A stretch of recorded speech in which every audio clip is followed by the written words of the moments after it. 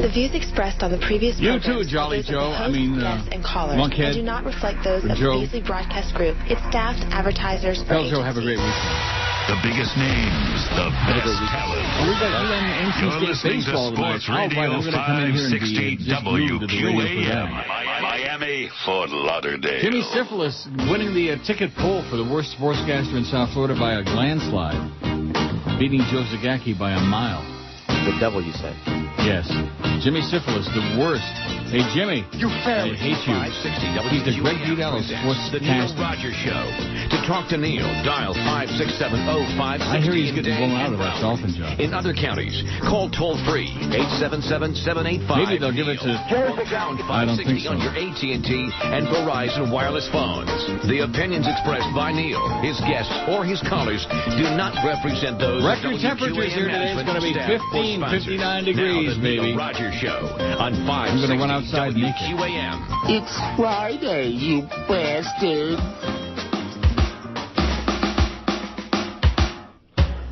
The stimulus package Obama says we need is nothing more than pork and more political greed.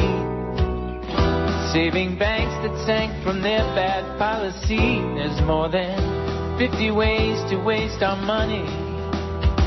More than 50 ways to waste our money. Absolutely. Here's billions for sex ed, 50 million to fund arts, cash for green technology. Sounds bogus to me. Oh, 1 billion for a census. It don't make sense to us. New lights for Las Vegas. Man, you're kidding me. Oh, let's bail out the bank so the CEO can get $50 million bonus. What do you say? With our money. All right. We got a fake Facebook. We got that a while back. And thanks to my friend, whatever his name is, Ken, up in Etobicoke, he alerted me to the fact, and not only alerted me, but he sent me a copy of some of the crap they're putting on there. Twitter. We're on Twitter. Fake Neil Rogers Show site. Page. Yeah. And it's got all this updates. George did a great job while I was gone with a date and a time, and 33 years in this business, date and a time. Here I come, Woodbine. All this other crap. This is all bogus. Right. A fake Neil Rogers Show page on Twitter. Just like we got a fake Neil Rogers Show page on Facebook. There you go. God. Like you said about the internets. Yep. So many children and so little time. And so many people with the same problem. I have no life. Mm-hmm. Well, here's the annual email from Mr. Ego. Maybe not every year, but every couple of years. When he gets bored, when he realizes he's on a station that nobody ever heard of, that they don't even show up at all in the ratings, that he's basically fallen off the face of the earth with his right-wing claptrap. Here's the email that came in at 4:27 this morning. See, you know it's got to be for real, because nobody would wake up in the middle of the night. But when somebody works mornings and is up at that hour, it makes all the sense in the world that it's real, is real. From Steve Kane, subject debate. Same old desperation to stir up some contrived controversy so that old Uncle Neil can put Steve back on the map. Get him a little bit of attention so people know he's actually on the air or close to being on the air. Hello, Neil. I'm challenging you to a debate to be broadcast on 1470 or on WQAM. This debate will be formatted like a battle of the local talk show hosts. I have asked on my show Tom Jicka, misspelled, to be the monitor of the debate. I will read this challenge on the air every morning until you respond. Well, I'm responding right now, Steve-O, and just like it has been for all the other years you've tried this crap, the answer is still, no. Why would I dignify him with a response? No. You and I are the only original talk show host left here in South Florida to celebrate your more than 25 years in the market as well as mine. What a better fit than the two of us engaged in a debate over gay marriage. I await your answer. God bless you, Steve. My answer is no. Absolutely. No. Absolutely. Positively. No. No. I wouldn't waste my time even taking a breath in your direction. Ooh. Feh. Is this pathetic or what? Yeah. Always Challenging you to a debate. And then you tell me that when you do your appearances, the guy with the eyes and the guy with the fanny pack come by on behalf of the Mr. Ego show and challenge you to... Brian Craig wants to debate George. Of all things. I mean, Talk about silliness. Uh-huh. Talk about nonsense. Why in the world would we dignify them? They don't even show up. They don't make a blip on the Richter scale. And that's what they're praying for. Oh, please, Neil, please dignify me with a response. Put me on. Let somebody really hear me. No. You're done. Not that you ever was much, but you're done. I wish you all the luck in the world in continuing to grind out a living during these tough economic times, but I know you got 45 kids to support, but I got one. I got one unofficially adopted child, and it cost me a lot of money, lots of money, plus a couple of other people that I have to support. I don't have to, but I do willingly and lovingly because I'm a great guy. And I sure as hell am not interested in promoting Mr. Ego with contrived garbage, with claptrap. I'm going to keep promoting it every day in the show. Go ahead. What I really meant to say, I'm sorry. What I really meant to say was, go ahead. In fact, I was getting on the elevator last night in my building, and there was, somebody else at the elevator door waiting to get on right simultaneously with me, and I said, go ahead. And that came to my mind as soon as I said it. I say it all day long. Huh? I say it all day long. Do you? Go ahead. Go ahead. Go ahead. Well, here's an astonishing piece of news that goes to show you the old man isn't as far out of touch with reality as some of you think. Thank you, Steve in Jersey, for sending me this, by the way. Maddow forced to glam up. I don't know where this is from, but nevertheless, it's a story from some publication. Rachel Maddow's reluctant makeover. Rachel Maddow has been forced to glam up, says Louise France in the London Observer. With her 6-foot frame and boyish appearance, I think what they mean is dykey appearance, the MSNBC host has long joked that she has a face made for radio where she started her career. I'm an unusual-looking person, Maddow says. I'm not a TV anchor, babe. I'm a big lesbian who looks like a man. But now that Maddow is, in fact, the anchor of her own program, she's had to make adjustments, reluctantly agreeing to wear makeup and what she calls lady clothes. You see, it wasn't just me imagining that she looked real dykey and that she wasn't wearing any makeup and she was going out of her way to look as manly and gross as possible. As it turns out, many viewers, men and women alike, now consider her a sex symbol, judging by her fan mail and all the internet chatter. You consider her a sex symbol? Me? You talking to me? Yeah. Yeah. People are kind and flattering, she says, but it's remarkable and weird part of my life that I try not to dwell on. The fact that she's a real pasty-looking dyke and goes out of her way to accentuate the negative. She does admit that she's become more aware of her appearance, even if the issue's still great on her. I get exasperated. My goal is to do the physical appearance stuff in such a way that it's not comment-worthy. I don't think very much about my appearance, and when I do, it's not, how would you say, strategic. She laughs. It's not strategic. She laughs. But it's a visual medium, and it really does matter what you look like. She's finally come to that conclusion. They've convinced her it does matter. We don't want some pasty-looking dyke on the air with no makeup, no lipstick, no nail polish, looking really butch. Butch! Just because you're a dyke, I mean, there's nothing wrong with being a dyke, but, Jesus, that doesn't mean you have to go out of your way to prove it. We believe you. Don't we? Don't we believe she's a pasty dyke? Yeah, we believe it, but that's So put on a little bit of lipstick and mascara and rouge and look like a... Who are you to tell a lady? Well, she's doing it. She's doing it. They told her already. Because they know for damn sure that... Oh, God! He's got at least one eye and can see the crap they put on there. Not to mention the fact that she's a very weak Keith Olbermann II. Dow is up 61 points. Oh, here we go. Know your update. Know your rights. What does that mean? What in God's name is this? From David Woodward. You're a crazy person, David. Everything you send me is caca. Once upon a time, it seemed to me that he was sending me some... Ken from Etobicoke says, because I emailed it back, I said, yeah, it's a fake. The Twitter. He said, that sucks, a fake Neil Rogers. Is nothing sacred? Neil God. Ken is obsessed with me. And he's right up the road. I better watch myself. Obsessed. Good guy, but boy, you talk about obsessive. So here's the, where's the poll from yesterday? I'm disorganized. I actually have some stuff here. We might make it till, I don't know, 11 or 12. And today we got the Pick-Up Pony thing at 1:45 from Gulfstream. Cliff is our contestant. Cliff. I'm not sure if that's Cliff from Kendall, but And my pick so far, I reserve the right to change my mind based on things. Burning Blaze, number 6, is my pick with Abar Koa. First time he's writing that piece, by the way, and taking a big drop into a claimer. The favorite's going to be the 2, the Nick Zito horse, but he's cheap. He won a big race last time, but cheap. Won by open lengths.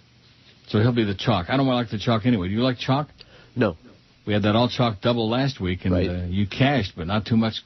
I had a dream the other night. Yeah. That I picked a winner? Horse with a big price, like 25 to 1 or something, and he won by open lengths. And I'm trying to do the math in my head, and our contestant winning about like that. It was good. It was just a dream, though, of course. I mean, what the hell do I know about it? Here's the poll from yesterday. Who is your all-time favorite commercial character? 677 vote. Boy, it's stuffy in here. I think I want to open up a window during the break. You should. Do it. I mean... Go ahead. It's stuffy. Yeah. Because it's going to be like 60 degrees today. Jesus, God. Sunny. It's already... Let me take a look at it, because I'm sure Castronova's taking notes. By the way, congratulations on the numbers, Paulie. I don't know how you did it. That Bubba must be really bad. It's already 56-13. 56. Maybe it'll go all the way up to 77. Wouldn't that be great? Oh, I like 77. That's what I heard. Who's your all-time favorite commercial character? The Where's the Beef Lady, Clara Peller, 155. Long since dead. She sleeps with a horseradish. Budweiser Lizards, 114. The Caveman, 66. The Geico Caveman. Joe Rose, 59. Lunkhead. The Gecko, 51. Tony the Tiger, 50. Mr. Whipple, don't squeeze the Charmin. Don't squeeze it, 43. I'll squeeze it if I want to squeeze it. Joe Azuzu, 39. He was a late addition, and we apologize for that. Light Beer Guy, Yes I Am, 37. Do you remember that? Yep. I'm just vaguely... Yes, I am. Oh, yeah. Marlboro Man, 18. Maytag Repairman, 14, who was Jesse White. And, I said it was Eddie Bracken. Every time I saw the Maytag Repairman, for years I thought it was Eddie Bracken. I Googled Eddie Bracken. He didn't look anything like Jesse White, but nevertheless. Eddie Bracken was a marginal actor. Long time ago. Long ago. Denoid, 10. Fred the Baker, 6 from the Dunkin' Donuts. Right. Dunk Your Donut. Al the Encore Frozen Food Mooch, 6. Now, wasn't Al the Food Mooch, wasn't he the guy from Happy Days? The same guy with the big schnoz? I think he might have been. Was it? I think he might have been, yeah. Eventually. Yeah, I'll see you around 6 at your place. That's right. For a TV dinner. Ronald McDonald, 4. The Keebler Elf, 3. And the Glad Garbage Man, solamente 2. Only 2. Now, notice how I'm taking it real slow and easy today? Yeah. It's Friday. I want to save up all my energy for plunging at Woodbine over the weekend. Like early tomorrow morning. I get so much crap from so many people, including you, and formerly from Fat Tubby Chris. Oh, the man gets up real early, 4:30 in the morning on the weekends, and schleps all the way over to Woodbine. I don't know what you're making up. I have never, ever, ever said anything about you going to Woodbine, or even thought it. You haven't thought of it? No. I could give a rat's ass. So in other words, I have your permission to... Go ahead. My most enthusiastic encouragement. Really? Yes. I enjoy it. Good. It's fun. Enjoy your life. What's left of it? That's exactly right. That's exactly right. All these people give me crap. Oh, you're going to spend all your money. You know what? Too bad. Yeah, and it's yours. So at least I'll enjoy it. I won't have to worry about leaving it to all these other people. Blow it up. That's right. I'll leave them something. A little something. Bag of money. 388 votes on the current poll. Which occupation... Where's the poll question? Well, what just happened here? I don't know. Which occupation or trade, though, and then it chopped off? Sure does. What happened, Eric? It was on there fine before. What happened, Eric? Maybe I can fix it. What's it supposed to say? You can fix it? I think he gave us control of that now. Control of what? How are you going to fix it? I think I got control of it. What's it supposed to say? Oh, I don't know. How the hell do I know? Didn't you print it up previously? What? But you're right. It was on there. Now it's not. Correct. Though what? Which occupation, which is supposedly macho, is a lot of closet queens, is what the question is. I don't know how it was worded. Maybe Eric can get it back the way it belongs. Lifeguards, 96. Firefighter, 64. Football players, 60. Marines, 49. Soldiers, 34. Cops, 33. Paramedics, 31. I never met a straight paramedic. Bouncer, 16. Karate black belt, 6. Sailors, 1. As in, hey, sailor. You're listening to Neil See if you can't fix that, Eric. Thank you. Or not. Later. 560 QAM. It's Fatwa Friday, you bastards. The Schmelling Mint introduces the definitive collection for the anal retentive. The Feces of the Species series. Yes, we are pleased to pass on to you the most exotic animal droppings collection available today. Our animal doodle replicas are handcrafted of the finest pewter. Order today, and your first stool will arrive in 2 weeks. A classic cow chip. So real you can almost smell it. You'll marvel at the attention to detail, and be amazed at the enormity of the elephant and the cuteness of the bunny bullet. Order today, and you'll receive our special bird series. See what it looks like before it hits your windshield. Be a part of this powerful movement. There's no time to waste. Call now. The Feces of the Species collection is going fast. Oh, I would have sworn I heard a boysenberry in the middle of that thing. I didn't. I opened the window. Nah, that was it. I opened the window, but not nearly enough, I guess. Really? Boy, it's still stuffy? Stuffy in here. Do the show outside Got to get today. some circulation. Do the what? Do the show outside today. I could do the show on a balcony. Would be good if I had a long mic cord, but I don't. And then it would be kind of hard to, like, hit those. Let's see. Here's one from Rolly. After hearing the email you read about her glamming up, the commercial I heard yesterday makes sense. I heard Rachel Maddow last night doing a radio spot for cosmetics. I figured it was a comedy bit. Common, her doing beauty spots. Common. Her doing beauty spots is like George W. doing spots for Mensa. By the way, happy 33rd, says Rolly. Thanks, Rolly, Polly, whoever you are. When you hear this next one, it's going to make the Mr. Ego email pale into insignificance. Neil at neilrogers.com, by the way, for all your emails, observations, commentaries, and crap. Let me give you a guess who this next one is allegedly from. Chronic caller, Joe Rose Show. Stormy. Yeah. Excellent job, George, with very little, just a tiny clue.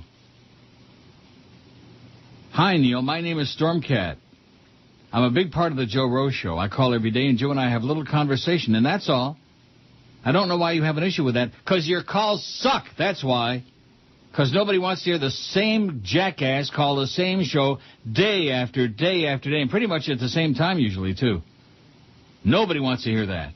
Whether it's Richie from Boar's Head, Mark the Jets fan, Stormy, nobody wants to listen to a radio show where the same idiot calls I'm your friend, every day.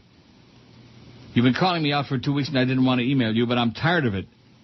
Yesterday you were talking about something and the word storm came up, and all of a sudden you started to go off. No, I did not. The word storm never came up and I didn't go off on anything. Did I? Nope. No. Stormy, don't ever call the station Stormy. Please leave me alone, Neil. You even talked to the Beast about me when he was there. I was listening. I'm a sports guy, so I never called you, but you've been hating on me, man. You've been hating on me. Have I been hating on Stormy? Yeah, you're a hater. You're drinking that haterade. Eric still hasn't corrected the poll. I'm chatting with him about that as we speak. I mean, we got it. Otherwise, it's meaningless unless we get the poll question on there, right? Right.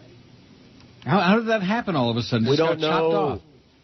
What? We don't know. Well, so what's he going to do about it? I don't know. Fix it? How can he do that? With magic? Okay. Techno magic? Plunk your magic twanger, Froggy. Please leave me alone. You even talked to Beast yet. I haven't even called Joe in 2 days because of you, but I'll start on Monday again. But you better leave me be. Thank you, Storm. You better leave me be. Sounds like a threat. I better leave you be or what, Storm? Dow is up 26 points. It was up over 100. And now it's giving away those gains. You know, my cab guy and I, we talk about this a lot, my Lesbianese cab driver, about what a fraud the stock market has become over the last many years. You know what really started becoming fraudulent? When CNBC went on here, those people belong in prison, including you, Maria, with diarrhea. You belong in jail on death row, peddling crap. Oh, it's a buying opportunity. It's always a buying opportunity. It's never a selling opportunity. It's always a buying opportunity. In fact, I got an email about her, about some crap she was peddling the other day. It's in my pile. I'll get to it, Maria. Since they went on the air and they're nonstop 24/7 peddling. And the reason they keep peddling is because if people stop buying stock, then they're out of business. Am I right? You Yes. bet. Abso-freaking-lutely. A fool and his money are soon parted. Once upon a time, when I was like a little kid, you'd invest, the stock market was for investing and making money. You would invest in, like, what were really great companies back then, General Motors, Kodak, General Electric, and you'd make money. You'd earn dividends, and you'd make money, and over a period of years, your investment would grow, and you'd make some cash. Now, big scam. Every time you turn around, it's the housing bubble, it's the tech bubble, it's the soap bubble, it's some other damn bubble. It's Bubble the Love Sponge, who didn't do squat, by the way. Now, I realized he was only on 1 month of the trend, and the Arbitron is usually a month behind. So the next trend, we'll see if he made any progress. But Paul and Ron actually went up, and he did nothing. He did Squatsky. Paul and Ron had a 5.1 share, and the station he's on, whatever the hell it is, had a 1.7. That's more than triple, isn't it? It's triple. Okay. I'm a cripple if it ain't triple. I'm telling you. Well, what kind of a number is that? 1.7. That he was supposed to goose up their number. Bubba Love Sponge. I guess they're not promoting him at all because, who's got money to promote? And I guess the people in the trailer parks haven't discovered him yet. The trailer trash, the Tampa crowd, the rednecks, the yahoos. I don't know. I can't comment on his show because I've never heard it. All I know is I've heard some commentary from people who've got an IQ larger than their thumbnail, and they say, it blows, it blows, it blows. And if Paul and young Ron are beating the crap out of him, what does that tell you? Recycling my material. The poll still says the same thing. Oh, there we go. Attaboy, Eric, thank you. Which occupation or trade, though mucho macho, is also a breeding ground for those in the closet? Very good. Thank you, Eric. What would we do without Eric? We wouldn't have a show. We wouldn't have a life. Oh, this is hysterical. Roger Kaputnik in Boca says, I've seen a lot of wusses in my day, but never one as cowardly as you. Debate Steve. It will get the biggest ratings in years and prove to you once and for all that right is right and wrong is wrong. Grow some testicles, pansy. Oh, yeah. Right is right. Jim from Kalamazoo says, what is the real name of today's poll? Well, you just got it, Jim. Just relax. We got a listener in Kalamazoo. How do you like that? WIOD listeners flood the station with good news. Who's this from? From some goofball. From South Floridians losing their jobs to homeowners trying to fight foreclosure to stimulus bills, it's a lot to deal with.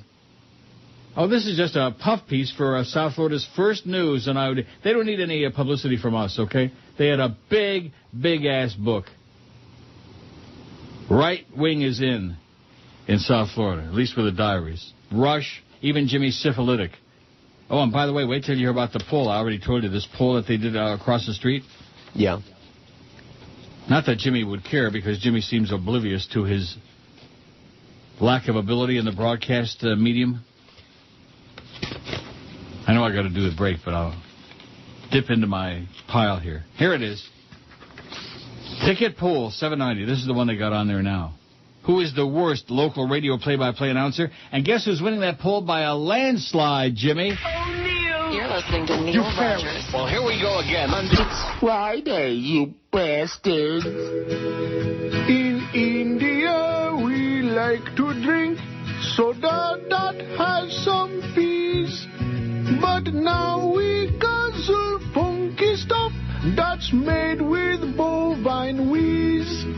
I'd like to teach the world to drink a glass of some cowpea. You'll never go back to drinking Coke, 'cause cow urine's tasty. It's the real thing. very salty.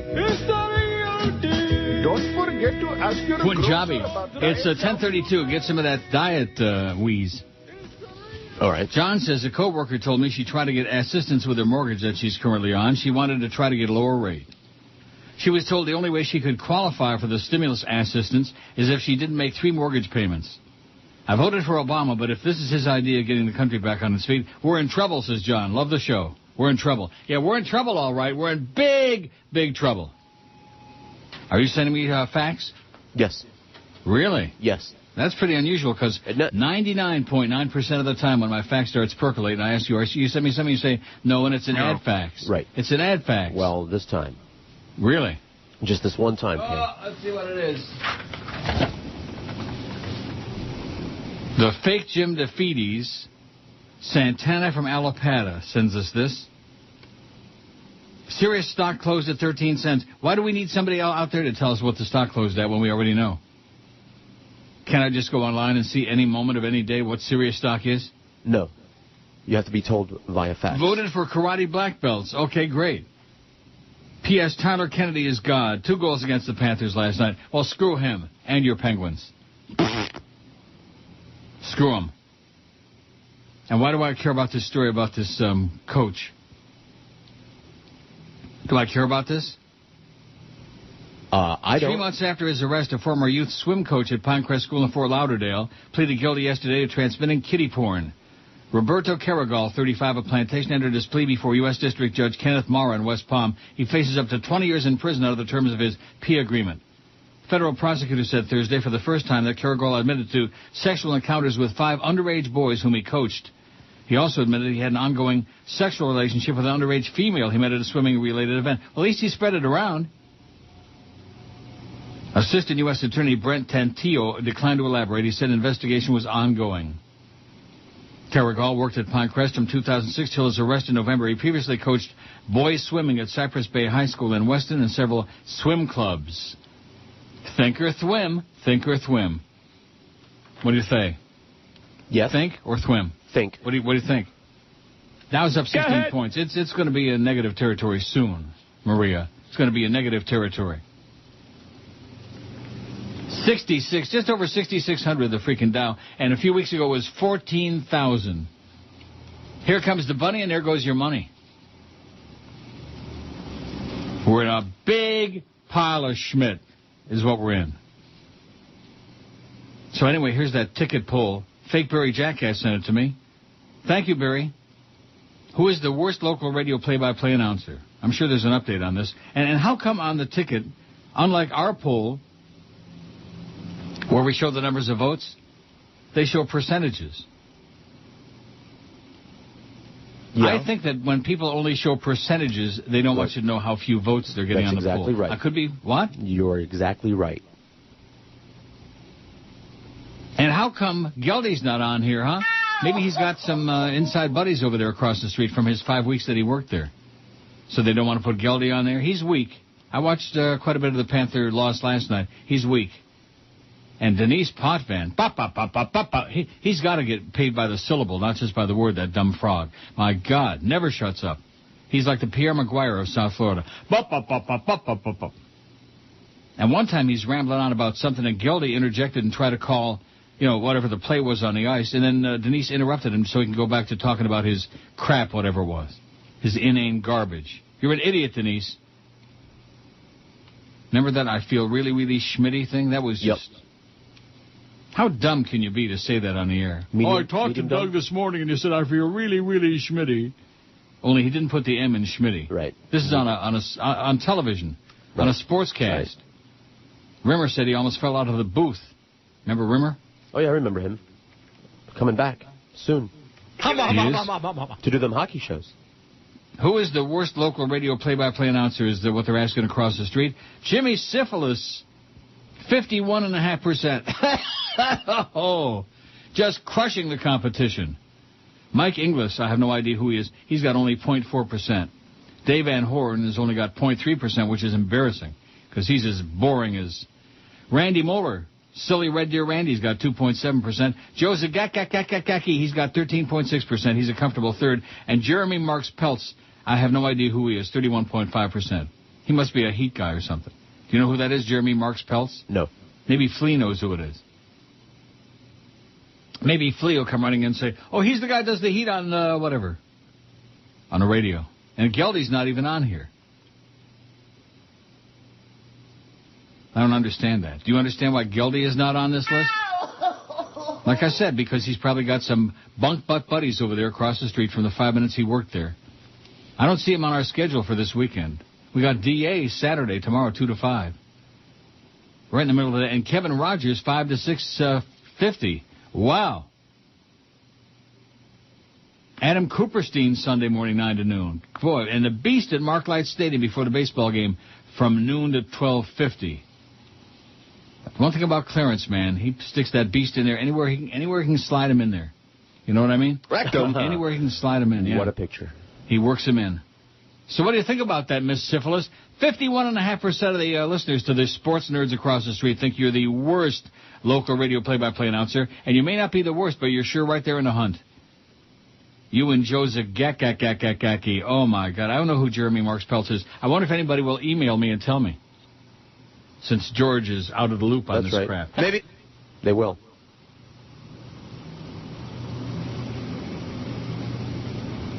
I think you should do a poll to find out how many people in South Florida are in the closet, says Geldy.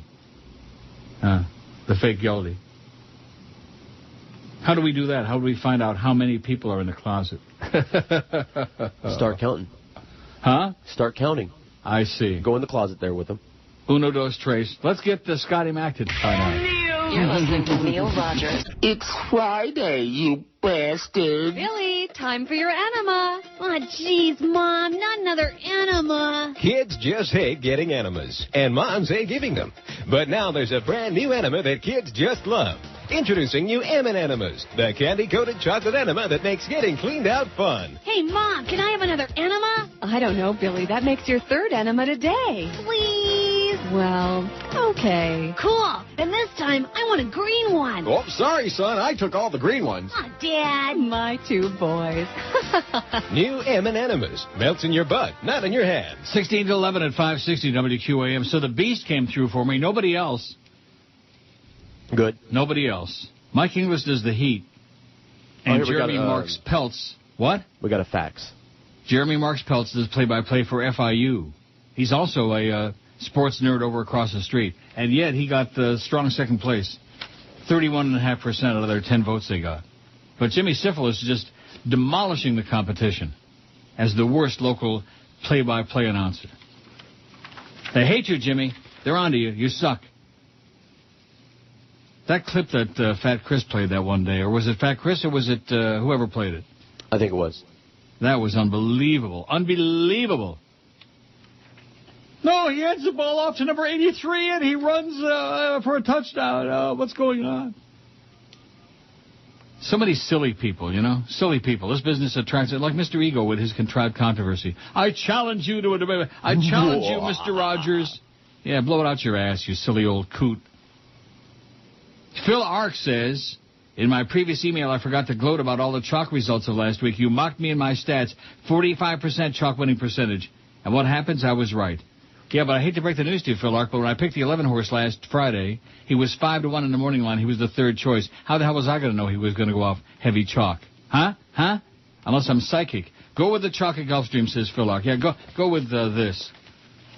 Oh, and he follows it up with what? Go with God. Go with God. God be with you. God bless you, as Mr. Ego said. God bless you. Are you sending me another fax? Yeah, yes I am. Boy, you're busy a beaver today. I'm a faxing fool today.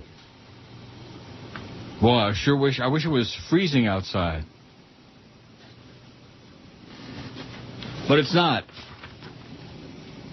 Let's see. Oh, caller number 5 right now wins a $50 certificate to East City Grill in Weston. Check out their menu at eastcitygrill.com. Here's the number to call, 1-800-227-0560. Caller number 5, 1-800-227-0560. And that number works. Don't be giving me any grief and song and dance. Oh, I tried to call, the number's disconnected. Yeah, right. You should live so long. All these people make up stories. Crap. Caller number 5 right now, this second. Is Flea answering the phone or what? Yes. 1-800-227-0560. 227-0560 wins a $50 certificate to East City Grill in Weston. Check out their menu at eastcitygrill.com. And by the way, we got 10 certificates left from 2 weeks ago, and 1 for Keg South of Kendall from last week. Just 1, solamente uno, on WQAM.com. Got it? Got it.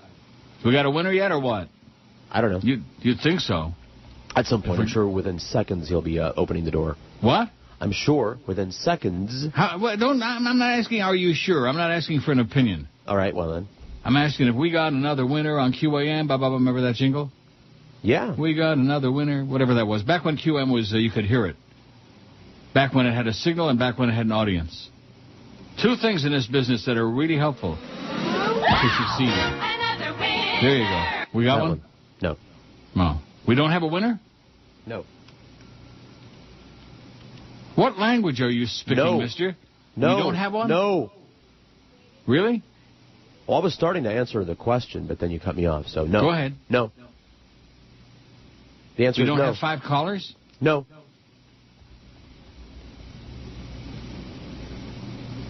You've got to be joking me.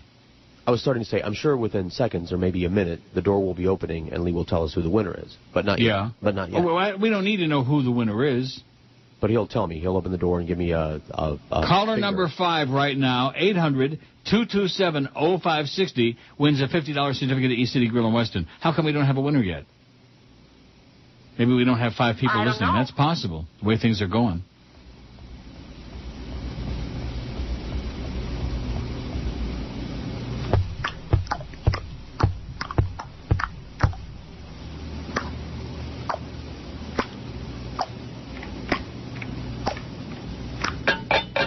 Yeah. You got one yet? No.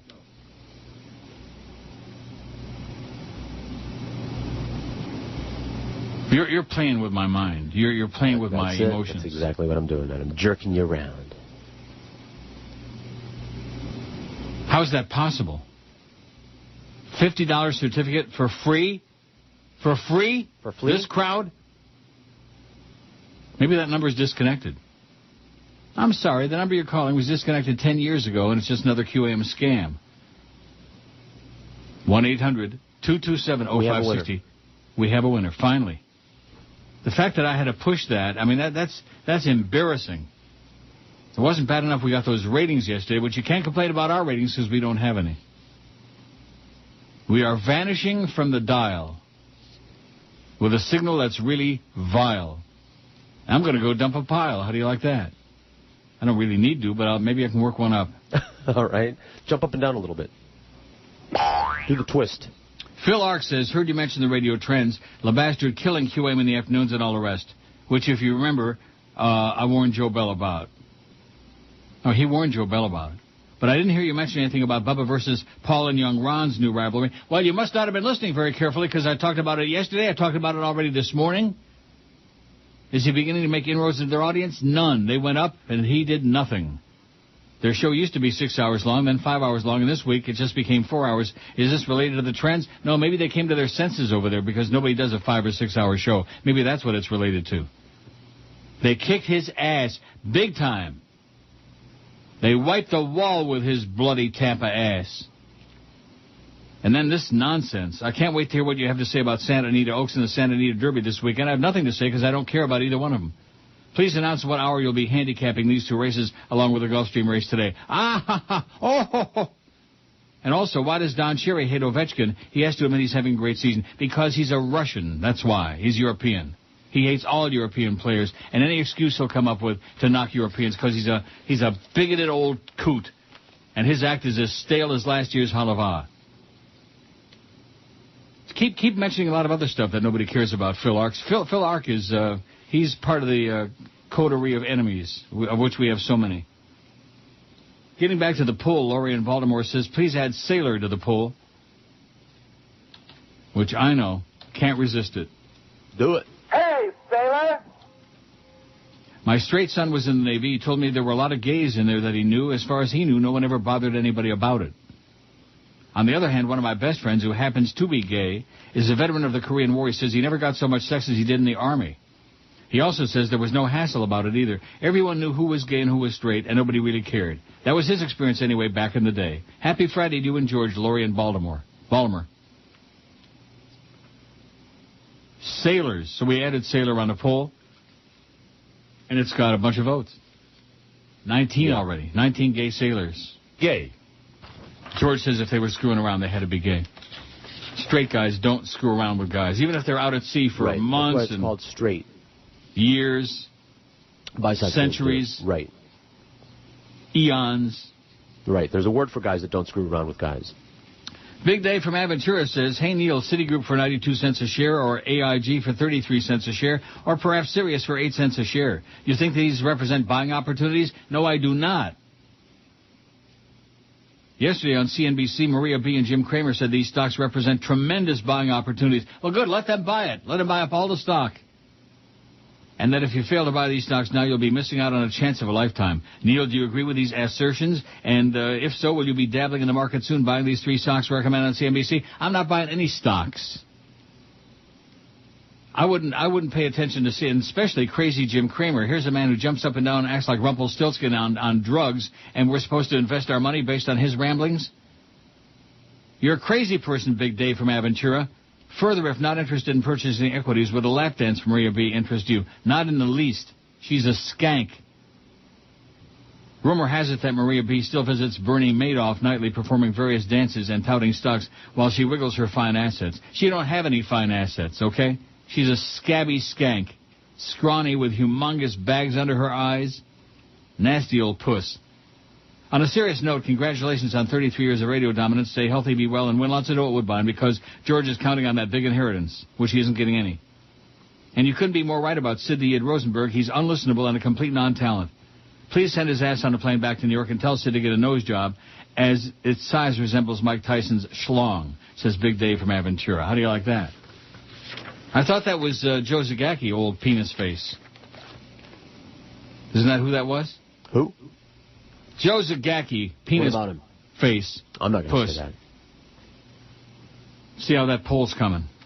Well, you're really... Dow's down 23, didn't I tell you? Oh, there's our president in front of a bunch of young cops. There's no longer any doubt that you will be employed as officers of the law when you leave here today. Some of those cops are, I'm sure of that. Anyway, that ties right in with our poll. You see that? Even the president is impressed. Aren't you? Yep. Oh, boy, a bunch of emails. Wow, I don't know if I'm going to... Here's one from Bend Over, MD. Yeah, very funny. Just delete. People take all this time to write garbage, and I delete it immediately, and it's like, but at least it kept them off the street, I guess. It occupied a few moments of their desperate time. 468 votes on the poll. Which occupation or trade, though mucho macho, is also a breeding ground for those in the closet? Fagala. 468 votes. Lifeguards, 114. That's what I voted. You ever meet a straight lifeguard? I haven't met many. I don't know. Don't you remember all those queen lifeguards that used to be... faxing and calling and everything, based on that. Firefighter, 72. They like to slide up and down that greased pole. Football player, 69. Marines, 55. Cops, 38. Soldiers, 37. Paramedics, 36. Sailors, 21. Bouncers, 17. And karate black belts, 9. That closet is so crowded, man. They're all rattling around in there, that closet. You know what I mean, Jimmy? You fairy. Hey, Jimmy. You fairy. Oh, Neil. You're listening to Neil Rogers. Of the Neil Rogers Show. Yeah. This is your brain. You fairy. Any questions?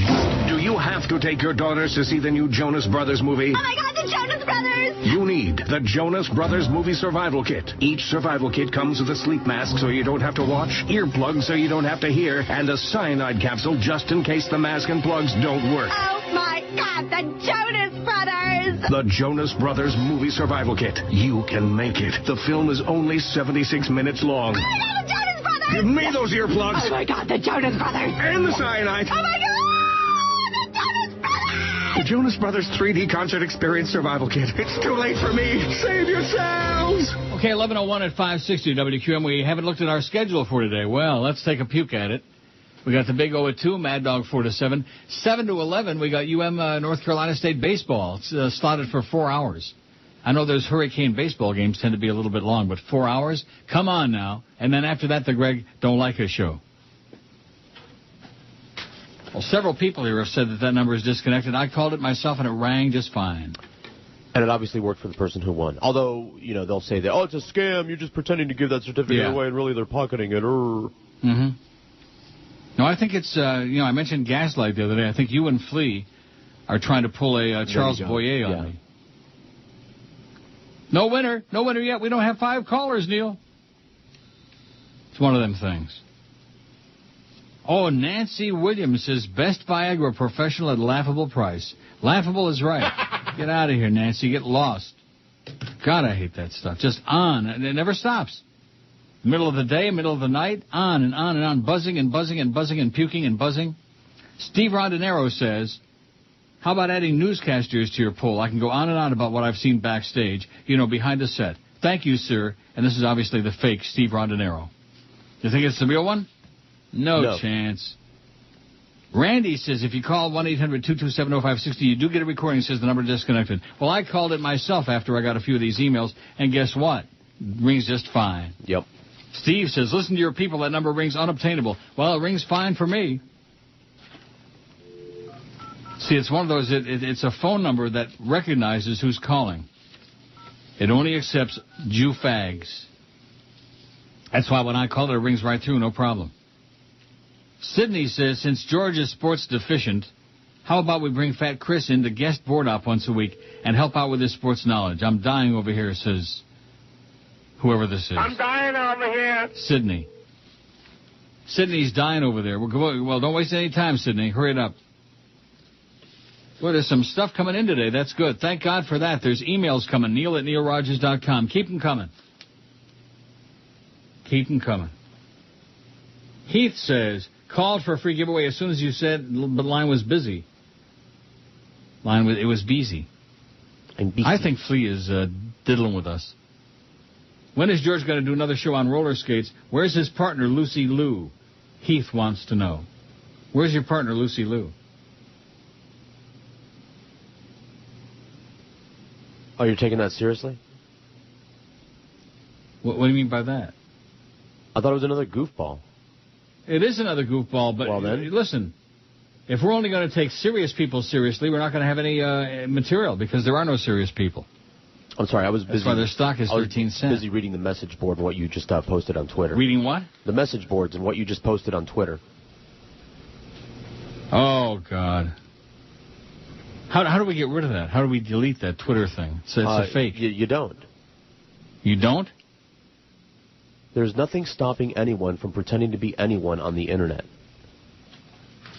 Okay, just for public consumption, the Twitter Neil Rogers thing is fake. It's a scam. No kidding. Sean says, don't know if you've ever seen any of that mixed martial arts, but very homoerotic.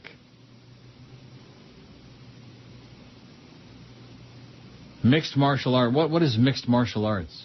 A little bit of this, a little bit of that? That's right. That's what the Irish do. Irish martial arts. Mixed martial arts. I see. Oh, here's a guy Bambi from a hospital bed. Well, feel better, Bambi, whatever your story is. Maybe Bambi's got some kind of a terminal illness. Well, let's pray not. Let's pray for Bambi. She invented a drinking game. We'll get to it. Ed in Fort Lauderdale says, just the thought of this is painful. Man's penis injured in grinder accident. Oh, let's get one of those. Let's get that right on. Don't mind our grinder. An organ grinder. Well, wow. He had his organ in the grinder. That's why they call it an organ grinder, baby. Apparently. Wow. So what do you think? Is there some kind of a problem, or are these people just making it up with that phone number? I am going to wager that it works for some people and not for others. You'd wager what? $20. $8. You'd wager what? $8. That it works for some people and not for others, and why that is, I don't know. Really? That's what I'm guessing. That's just a guess. Well, what kind of a phone number is that? That works for some and not for others? It sounds like discrimination to me. Sure. Bambi from a hospital bed says, oh, this is the guy named Bambi. Remember Bambi? Yes. I devised a drinking game for your show so I could drink with my wife. Listeners have to drink whenever the following occur. Neil plays Geldy sound. George humors Neil. Neil mentions Joe Bell or WQAM management. Neil reads the poll or George ain't paying attention. What? Great game, Neil. I played yesterday with my wife in the car. Just tell your listeners to be careful because we both ended up in a ditch, had to be flown to Jackson. I'm typing this from the hospital bed. I'm okay, just a few broken bones and ones that matter are still in place, if you know what I mean. It's just my wife that I'm worried about. She's been in a coma, and the doctor says there's a 10% chance of her waking up, and I worry that she'll wake up. Knowing that bitch, she'll wake up just to spite me, just afzulachas, and keep making my life a living hell. Bambi from a hospital bed. Oh, so many people with so much time on their hands. I think Bambi ought to debate Mr. Ego. Don't you think it would be a match made in purgatory? Ooh, sounds I awesome. challenge you to a debate. Oh, how many times can you go back and try the same stale, contrived crap? Oh, wasn't that special? Oh, yeah, sweet. Special don't even come close to describing it. The Dow's down 36 points. At least it's not taking a huge tumble yet. It's only 11 o'clock. You forgot congressmen. Macho Republicans tapping their feet under the stall. Keep up the great work, says somebody. You want to put Republicans on there? Well, if you want me to. Sure, Republicans. Here's one that says, I missed when you read the numbers yesterday. I don't expect you to read them again, but I'd like to know if there's a website where they post the numbers. Yeah, there is, but you can't get it because you're not in radio and you're not paying for them. That's why you can't get it. No. As opposed to asking me, just generally how this one did or whatever. Is there a website? They all want something for nothing, man. They all want, I want this, right. I want it. We spend a lot of time not only reading the numbers, but a lot of time trying to get a hold of them. An embarrassing episode yesterday on behalf of the management and clowns in the station. So Clarence must be there now. When's Flea going to go over and get that monthly? I'll go check during the break. Man's penis injured in grinder accident. It says, can you say organ grinder? Australia. Oh, it figures Australia. They're all down under.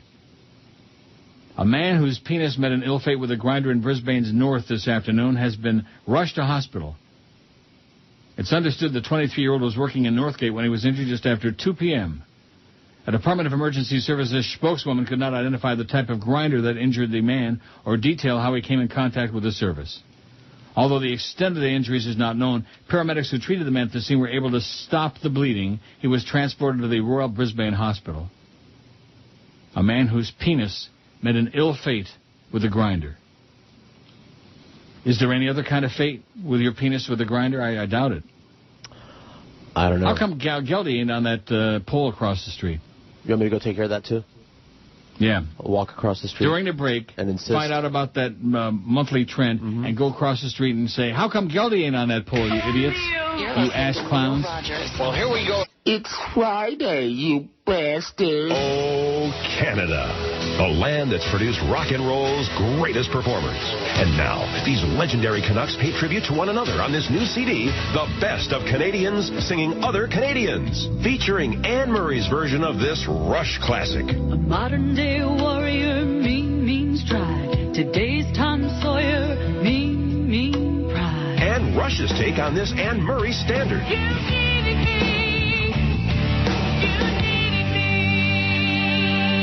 The Best of Canadians Singing Other Canadians has all your favorite singers from Z to A, like Celine Dion's rendition of this Neil Young number. Old man, look at my life. You're a lot like my husband Rene, no? Neil Young singing Celine Dion's biggest hit. I know that my heart of gold will go on. But that's not all. There's Shania Twain singing Bryan Adams, Crash Test Dummies doing Alanis Morissette, Snow rapping the Guess Who, and Gordon Lightfoot performing this Bare Naked Ladies smash hit. It's been 1 week since you looked at me, cocked your head to the side and said, I am angry. Pick up your copy of The Best of Canadians Singing Other Canadians. The Great White North has never been so great, or for that matter, so white. Jimmy Syphilis chimes in here now. I knew it wouldn't take long. Only, I just checked the 790 poll. Yeah. Hate to break the news to you, Jimmy, but since I mentioned that poll, he's gone from 51.5% as the worst local sportscaster to 86.3%. Hey, Jimmy, they hate you. How do you like that? And it goes to show you, if we could change the percentage by that much, and obviously we had an impact. That shows you how few votes there were on there. Mm-hmm. Am I right? You see what I'm saying? I do. But nevertheless, are you faxing me something again? Yes. Oh, boy. Oh, boy. Oh, here we go. Wow. Well, we were heads and shoulders above everybody else. Wow. Look at those last 2 months, baby, December and January. We're as close to being off the air as you possibly... Oh, no, wait a minute. I'm looking at WAXY's number. I'm looking at the WAXY. Oh, no, actually, we did good in January. We had a 4.3. Did you see that? I'm looking at it now. A 4.3 share in January. We kicked some. And you know what? That was with the emails, not with any calls. No calls. Bye-bye calls. Except when you were on. Right. No, you weren't on then. You were on in February. Whatever. What? I said, how's it going, eh? I'm smelling you. You were on in February. I didn't take any vacation I believe in you. I January. wasn't keeping track. I'm looking at the numbers. Okay, let's see how in January alone. 6 a.m. to midnight. This is men 18 plus. WAXY 2.1, QAM 1.9. They edged us out. That's all a bastard. Mornings, Joe Rose 2.2, Sid 1.4, following a dismal 1.1 in December. Wow. Ones. Oh! Holy cow, Sid. You suck. Middays, 10 to 3. And again, keep in mind, that's 10 to 3 we had a 4.3. We might have had around a 5 share in men 18 plus, which means 2050. We might be doing okay. We might have a shot at a couple of bucks in this book. I don't want to get your hopes all up, but... I'll hold my breath. 10 to 3 men 18 plus in January. WAXY a 1.9. We had a 4.3. 10 to 3, that is. Yeah. 10 to 2, you can be damn sure we had like close to a 5. Wow. Nice going, Neil. Thank you. It's about time we had a month, ain't it? It is. And that's because we got rid of those stupid, I'm your friend. Keep that crap off the air. I don't want to play Butch Boss, but I don't want to hear that garbage on here. Of course, I won't hear it anyway. Right. 3 to 7 p.m. Look at that. La Bastard crushed us in the afternoon in January. 4.9. We had a 1.3. Not what you told me, a 0 or something. You're close, though. 4.9 to a 1.3. La Bastard is kicking our big, ugly, fat ass in the afternoon. He's all they got. The rest of the day, they suck. 7 to midnight, they had a 1.5. We had a 1. Oh, my God, that DA, he's just... Well, don't blame him, you know. We got a lot of garbage in there. We got that... As soon as that dolphin crap comes on, 7 o'clock most nights, that's the end. This is the end. What's all this other stuff? The 2554 for what it's worth. I just put the stacks in the facts. Wow. Overall for the week, 2554 persons. We can't break it down to men because it's just a trend. That's where those zeros show up. I just had the day part. WAXY 1.5, QAM 1.4 in January. I'm just looking at January. Mornings, WAXY 1.3, QAM 1. Whoa. So there's something for Sid to crow about. Middays, look at that. Looky, here comes Cookie. We had a big month, baby. We had a 3.9 in persons. That means we had about a 7.5 to a 7.8 in men in January. And WAXY, 1.3. 1.3 Sedano with his big, stupid mouth. How do you like that? I like it. I like it a lot. Afternoon, whoa. Persons 2554.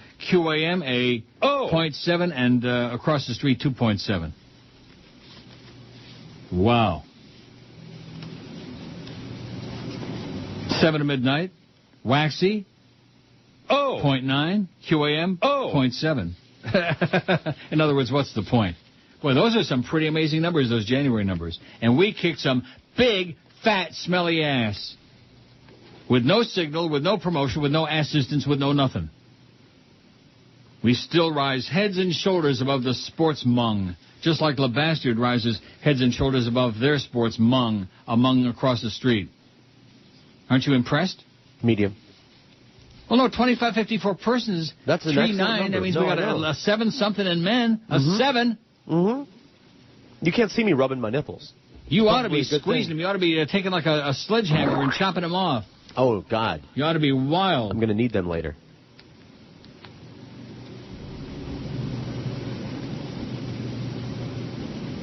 Oh, here's another shot at George. all this crap. I think all the emails are from different people, not just two. Yeah, if you want to take shots at George, go see him at the roller rink. Don't bother me. Just long, ponderous crap. Oh, yeah, here we go. More crap, more anti-Obama stuff. Woman embarrassed by McNugget meltdown. Florida woman calls 911 3 times after McDonald's runs out of McNuggets. Fort Pierce. She's been called McNut by TMZ.com and Loco for Pollo by PerezHilton.com. Now, after becoming an internet sensation for calling 911 3 times to report an emergency after McDonald's had run out of McNuggets, a Fort Pierce woman said Wednesday she's embarrassed by all the media attention. I'm embarrassed to show my face in pubic, LaTriesa Goodman told WPBF News a day after her McNugget meltdown was first reported. Goodman, 27, was issued a written notice to appear in court for misusing the 911 emergency communication system. According to the police report, Goodman called 911 3 times Saturday to report a McDonald's employee wasn't giving her a refund for the chicken McNugget she wanted. The manager just took my money, won't give me my money back. I'm trying to make me get something off the menu that I don't want, Goodman said in one of the 911 calls. I ordered chicken McNuggets. They don't have chicken McNuggets, so I told her, just give me my money back. And she tells me I have to pick something else off the menu. She's not going to give me my money back, and she doesn't have the right to take my money. Goodman told WPBF News 25 she didn't have a right to jump across the counter and snatch the money, so she chose to handle it another way. Inside Edition was there when WPBF News 25 spoke to Goodman on Wednesday. She said all the media exposures resulted in several profanity-laced, hateful messages on her personal cell phone. Good. Crazy bitch. God, this goes on forever. I'm not going and just giving up my money like that. I'm going to go and ask them, will they please check and see if they have what I wanted on the menu? And if they tell me yes, then I'll order, she said. And if not, she'll make a big stink about it again. Oh, here's a really great email. I hate the emails. Bring back the callers. At least they were funny. At least you were funny. Then. What happened? Get out of Canada. Come back to Banana Republic where we all love you. Yeah, screw you. I don't take orders, okay, on the Internet or any place else. I'm not taking the instruction. Do this, do that, don't do this, don't do that. Right. Screw you. And do it twice. We're doing just fine. We just saw those January numbers. Now, did Clarence say, great job, guys? Did he give you a big kiss on the buttocks? Clarence isn't here. Well, who gave you these trends? Flea. He went and got a key and broke into his office. Flea went and got a key. I always like that, Flea. Let's have a sitting ovation for Flea. Oh. Nice going, baby. He's all right. He's got a pair. He's got a testicle or 2 or 3. Now, are you understanding how we did so well in January and the sports nerds just... I am. You're not seeing the cartwheels. You know, I got it out. I mean, we had what? We had a 1-3 in the afternoon. Oh, no, that's men. Let's get back to that person's 2554. That is startling. That is staggering. That's a feather in our crap. Yup. Isn't it? Yup. You don't seem pretty excited. I'm very excited. Wait a minute. The prospect of maybe some bonus money. Wait a minute. 6 to 10 a.m., a 1.0 is what we had. Persons 2554. Whoa. That would be about a 2 in men. Just double it. 2 in men, 2554. That's weak. We had a 3.9. That's about a 7.8 in men, 2554. That would qualify for numero uno. Trust me when I tell you. To put that life in their place. Right. Bastards at life. They should only croak. And the afternoon we had a 0.7. 0.7. What kind of a number starts with a bad one, I guess? Bad one. And January is not on here. I guess Clarence couldn't extrapolate a number that low. The number I gave you for 7 to midnight was December. The number at night was so low, mighty low, you know what I mean? I'm feeling mighty low. I wonder if Pegleg Bates ever said that. I got an email about Pegleg Bates, which I'll get to eventually, in time. I feel like almost like there's a chance, like there's a shot. Mm-hmm. Like there's a light. Now, if they ever get that new signal cranked up and somebody can actually hear the station, then... You're listening to Neil Rogers. Who knows? Friday, you bastard. Hi, guys and gals. I'm Alaska Governor Sarah Palin. When I'm not shooting caribou from a helicopter hovering 50 feet off the ground, I'm a 44-year-old wife, mother, and future grandmother of an illegitimate child conceived out of wedlock. But I'm also an endorser, and I'm here today to tell you folks about an exciting new perfume for you gals out there. It's called Pentecostal perfume.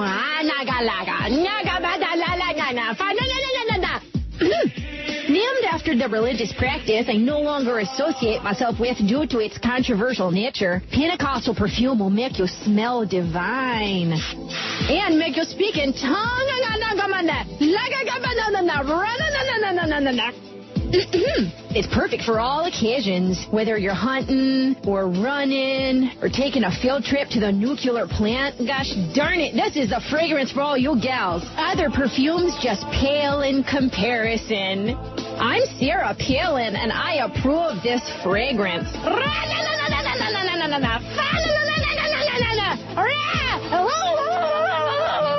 Sarah and Rush and Payush, baby, they got it licked. They're licking it. 11:31 at QAM. I got a thing I'm printing out. Very sad. CT says, must-see movie. Neil, just wondering whether or not you or George has seen the movie Zeitgeist. How many months has that been on our website? 100 months on our website. I've watched it 3 times. If not, it absolutely is required viewing. It describes in detail the corruption of our government and the farce that is religion.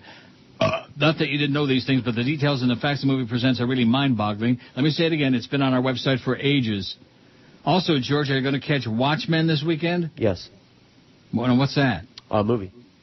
Watchmen? What's it about? Watchmen. Superheroes and stuff. Is it about Stan Major? I don't know anything about it. What kind of watch have you bought? Exactly, that's what it is. Anybody buy a good watch? How about Milky Way Dark? You tried that yet? My bad. Remember that when Mr. Ego left to go to WABC New York for 5 minutes? That sure didn't last too long, did it? Nope. That contrived controversy, man, is phony, as fake as a $76 bill. God, just tragic. But I hope Jimmy Syphilis doesn't get like 90-some% of the votes on that poll across the street. Let me check it out. Is it okay if I check it out? Do it. I mean, I'm curious. Go ahead. And, of course, that's a poll you can vote on like 1,000 times, so just over and over and over again. What kind of a poll is that? Oh, Jimmy's only got 86.2%. He dropped a tenth of a point. Better get on it. Hop on it. And Jimmy sends me a thing about, oh, well, we did this and we did that. We're kicking ass and Rush did this. Yeah, big deal. Big deal. You suck. You're a broadcaster like my little Min Pin Tiny was a broadcaster, Jimmy. And your play-by-play, abortive, and abortion. And abortion, and, of course, the fact that it's on this station, wow. I wonder if the new owner of the Dolphins is aware of the fact that their play-by-play guy is universally reviled and needs to be replaced immediately, if not sooner. Wouldn't you say? Immediately, if not sooner? Sounds good. TR says, oh, this, again, is about that giveaway. I don't want to do giveaways with phone numbers that don't work for everybody. I'm not doing that anymore. Don't ever ask me to do that with that number again. Okay. I'm just telling you, I don't like it. I don't like it. You like it? No, I don't. TR says, I had a continuous busy signal. I tried maybe 30 times an automatic redial. About 30, man. I think what you have is maybe 1 or 2 working lines, and rollover lines are not operable. This would explain people calling getting a bad number, others getting a steady busy tone. Not that QM would ever have technical difficulties, he says. Thanks for the entertainment, Neil. Oh, my God, I didn't know the numbers came out. I just heard that. Can I ask how you did? Weak. Although we just found out in January we had a big month. We had a big trend in January. I told you. Didn't I tell you? Yep. I could smell it. Big O, I'm guessing O was his number, and Sidney versus Joe, as in Joe kicked his ass. Now, let's see. How did, let's see, Men 18 plus, 6 to 10 a.m., QAM 2.2, Sidney at 1.4. And in persons 2554, that was the only story about a lovely lady. Let's see. Sid 1.3, Joe 1.0, persons 2554, which means they both had about a 2-something in men 2554. Very, very weak. Very weak. For sports, sports talk, and we're talking 2 shares, while we're doing 7s on this show and the non-sports today, and LeBastard is just wiping the walls with his ass? My God. You think that they're missing something here? Maybe. Like what? A sliver of a slice of the audience. I mean, can you imagine if we actually had a signal that anybody could hear? We've been doing like double digits again, like the old days. Thanks to the fact I got rid of those dumbass calls. I'm your friend. They were killing us. They were destroying the show.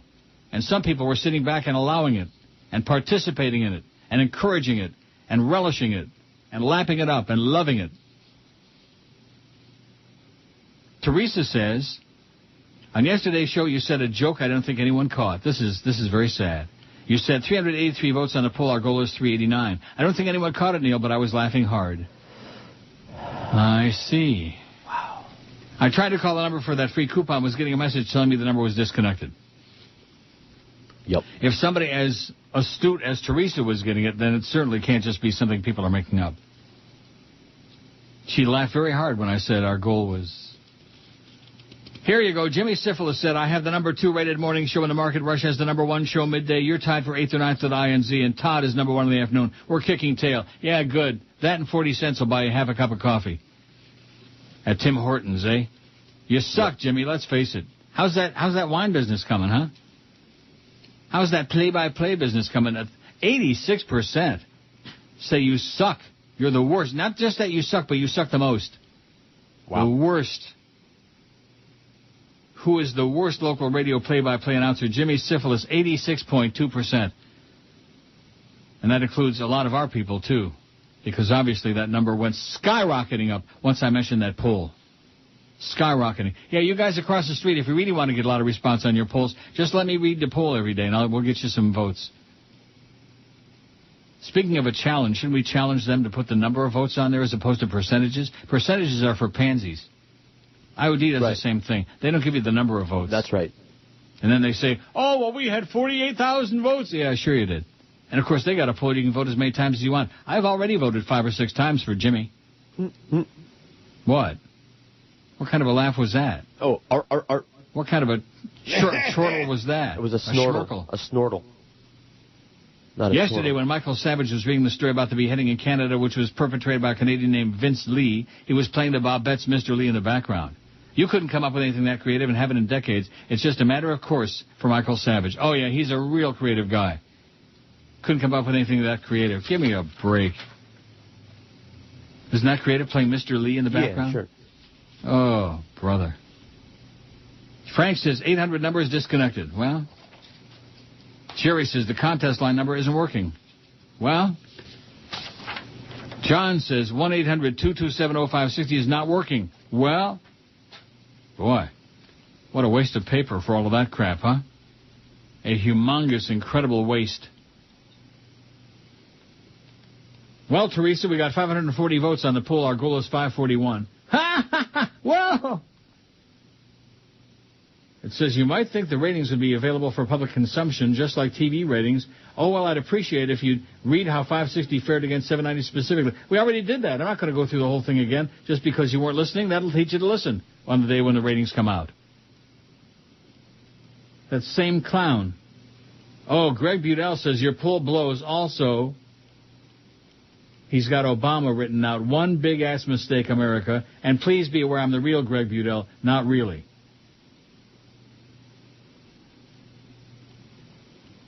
How do you like that? Real Greg Budell doesn't write in colors, okay?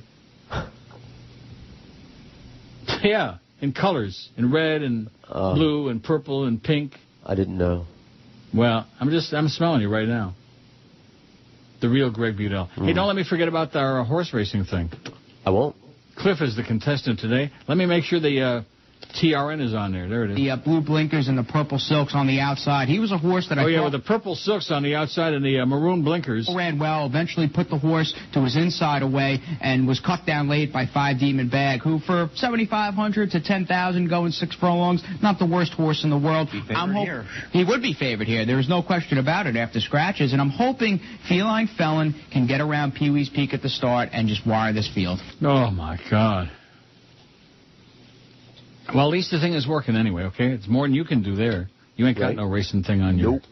We ain't got nothing. Well, that's really sad, because they do have, like on Comcast, they've got, or no, on DirecTV. Yeah. They got a racing channel. You don't have DirecTV anymore, we have do you? indirect TV. Indirect TV? Yeah. You have Direct TV? That's there's Ken Starr as a crazy person. He's now the dean of Pepperdine University's law school and an advocate for conservative causes. We want to restore the traditional definition that has been in place since this state was founded, and almost every other... Nazi, crazy person, Kenny Starr. He says, a simple vote, majority vote by the Supreme Court could undo the First Amendment. How do you like that? This is the kind of crazy person you're dealing with, Kenny Starr. All you right-wingers, man, I think you all ought to go over there and debate Mr. Ego. Have a cookout with Richard Essen. Essen, mer gay and Essen gay and mir, yada, yada. What do you think? Sounds great. Aftulachas, baby. You're listening to Neil Rogers. It's Friday, you bastard. Yeah, what is he good for? Absolutely nothing. More. Yeah, he is such a bore. He ain't never been funny. More. Look out. Hope they show you out the door. Ship you to Afghanistan. Listen to me. More I despise. Cause when it took the terrorist side, Ma will lie just to save his lipstick face. He thinks it's brave to take her innocent lives. I said, Ma, you got it, y'all. What is he good for? Absolutely nothing. Say it again. Ma, whoa, Lord, he has gone too far. An absolute moron. Amen. He is pathetic. Oh, no, he says all the things that you say, Neil. I don't care. He's pathetic. You see, there's this concept, this mentality out there that exists, widely permeates society. And that is this, that if somebody says stuff that you agree with, that makes them great. That makes them wonderful. Mm-hmm. And that's Bill Maher. Is that his claim to fame? Oh, well, he knocks religion like you do, and blah, blah. You know something? He sucks. He's a twerp. His addition is subtraction, you know what I'm saying? In other words, the fact that he's part of the cause, that's a negative, not a positive. It's kind of like Madeleine O'Hare. I mean, granted, she had big cojones and big boobies, but the fact that she was the spokesman for the atheist movement in America was really not a positive thing. Because she was an offensive old bag. She was a real cut-up, though, I heard. The Roman Catholic Church. She was funny. She was funny. Roll the R's. Yeah, she would roll her R's on the Roman Catholic Church. She was great. She had big cojones, and she got a lot of good stuff accomplished, but she just, I don't know. You know what I'm saying? Yep. Here's one from John ZTR. Wow. Who's busy playing himself lately. Have you or George seen The Wrestler? I know you hate Mickey, but his performance was great. No, I haven't seen it, and I'm not going to see it. You seen it? No. I probably will, for free, when it comes on cable. For free? Yes. Well, you know, I pay for the cable. Not to mention, at one point, Marisa Tomei, who plays a stripper, is practically nude. Great movie. Also, check out Before the Devil Knows You're Dead, where she becomes completely nude. Didn't I recommend that, Before the Devil Knows You're Dead? We discussed that. We both saw it and liked it. And what? Liked it. Yeah, it was great. Philip Seymour Before the Hoffman. Devil Knows You're Dead. It was not as good as, what the hell was that flick I just saw? Siblings. Oh. Oh. I am such an old faggot, man. Make no mistake about it. But what's wrong with that? At least if you got good taste, you know, you can oogle whatever you like, and if you like it, oogle away. You know, like that. Jeannie and KJ say, sorry it took me a week to finally email my congrats on your 33rd anniversary in this town. What an accomplishment. You're amongst the small fray of legendary characters who will always be part of our radio history down here. Pretty much you and Rick Shaw. Oh, yeah, I'll always love Suds. Rick, not so much.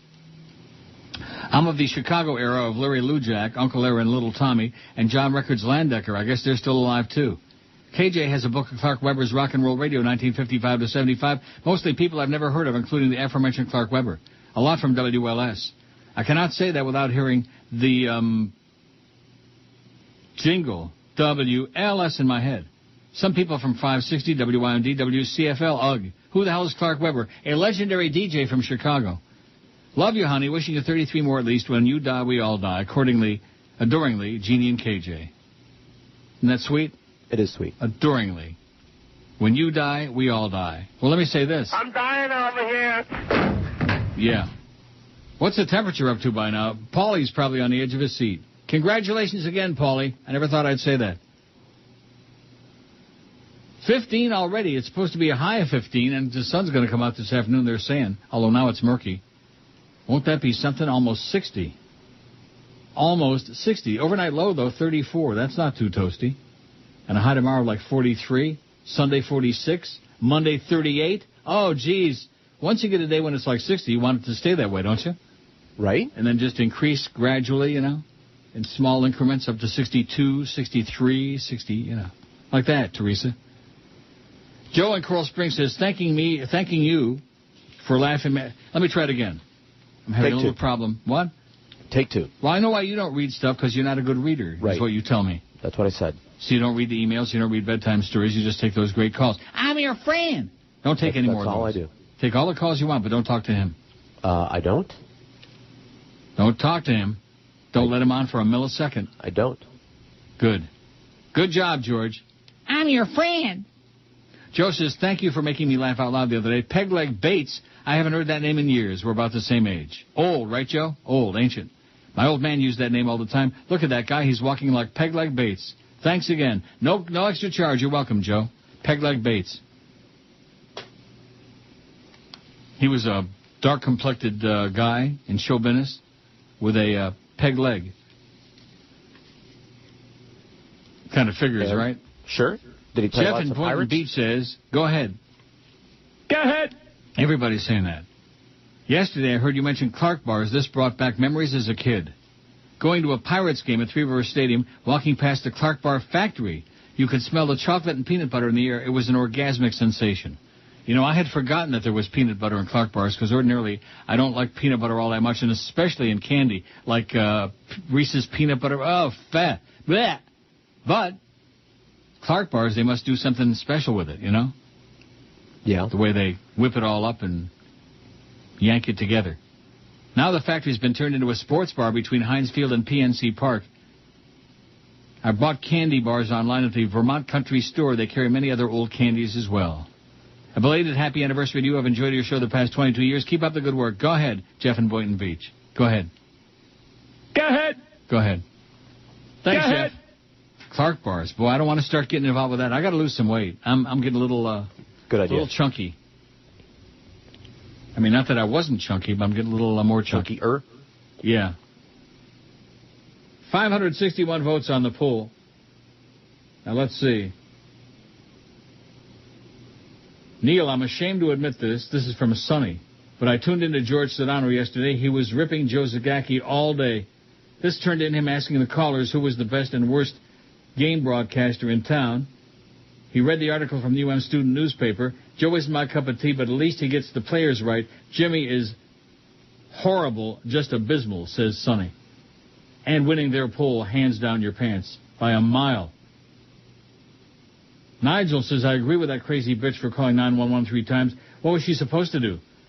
Those pigs were just ticked off because they had to get off their fat asses and do something. Furthermore, those grave robbers and Mickey D should be ashamed of themselves. They couldn't finish her off with their death-inducing food, so they stole her money instead. Come on, Nigel, be nice. Al Dente says,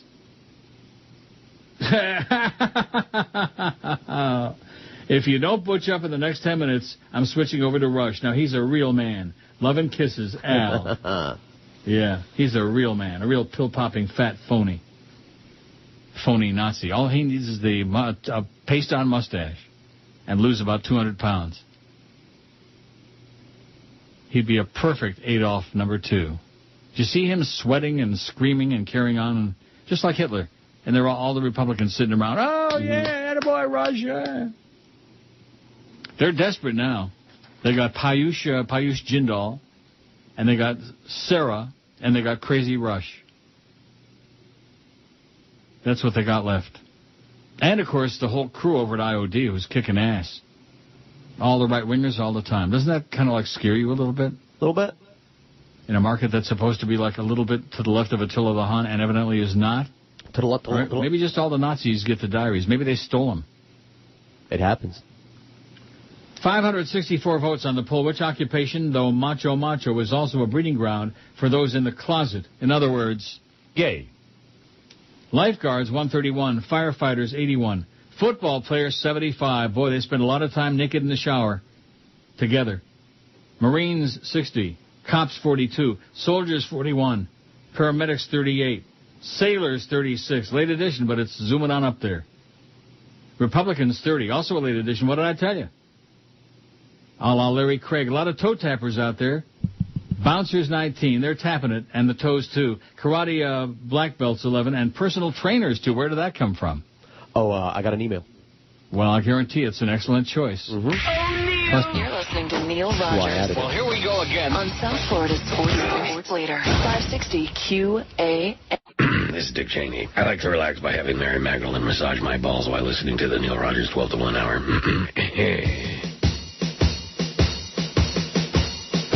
All right.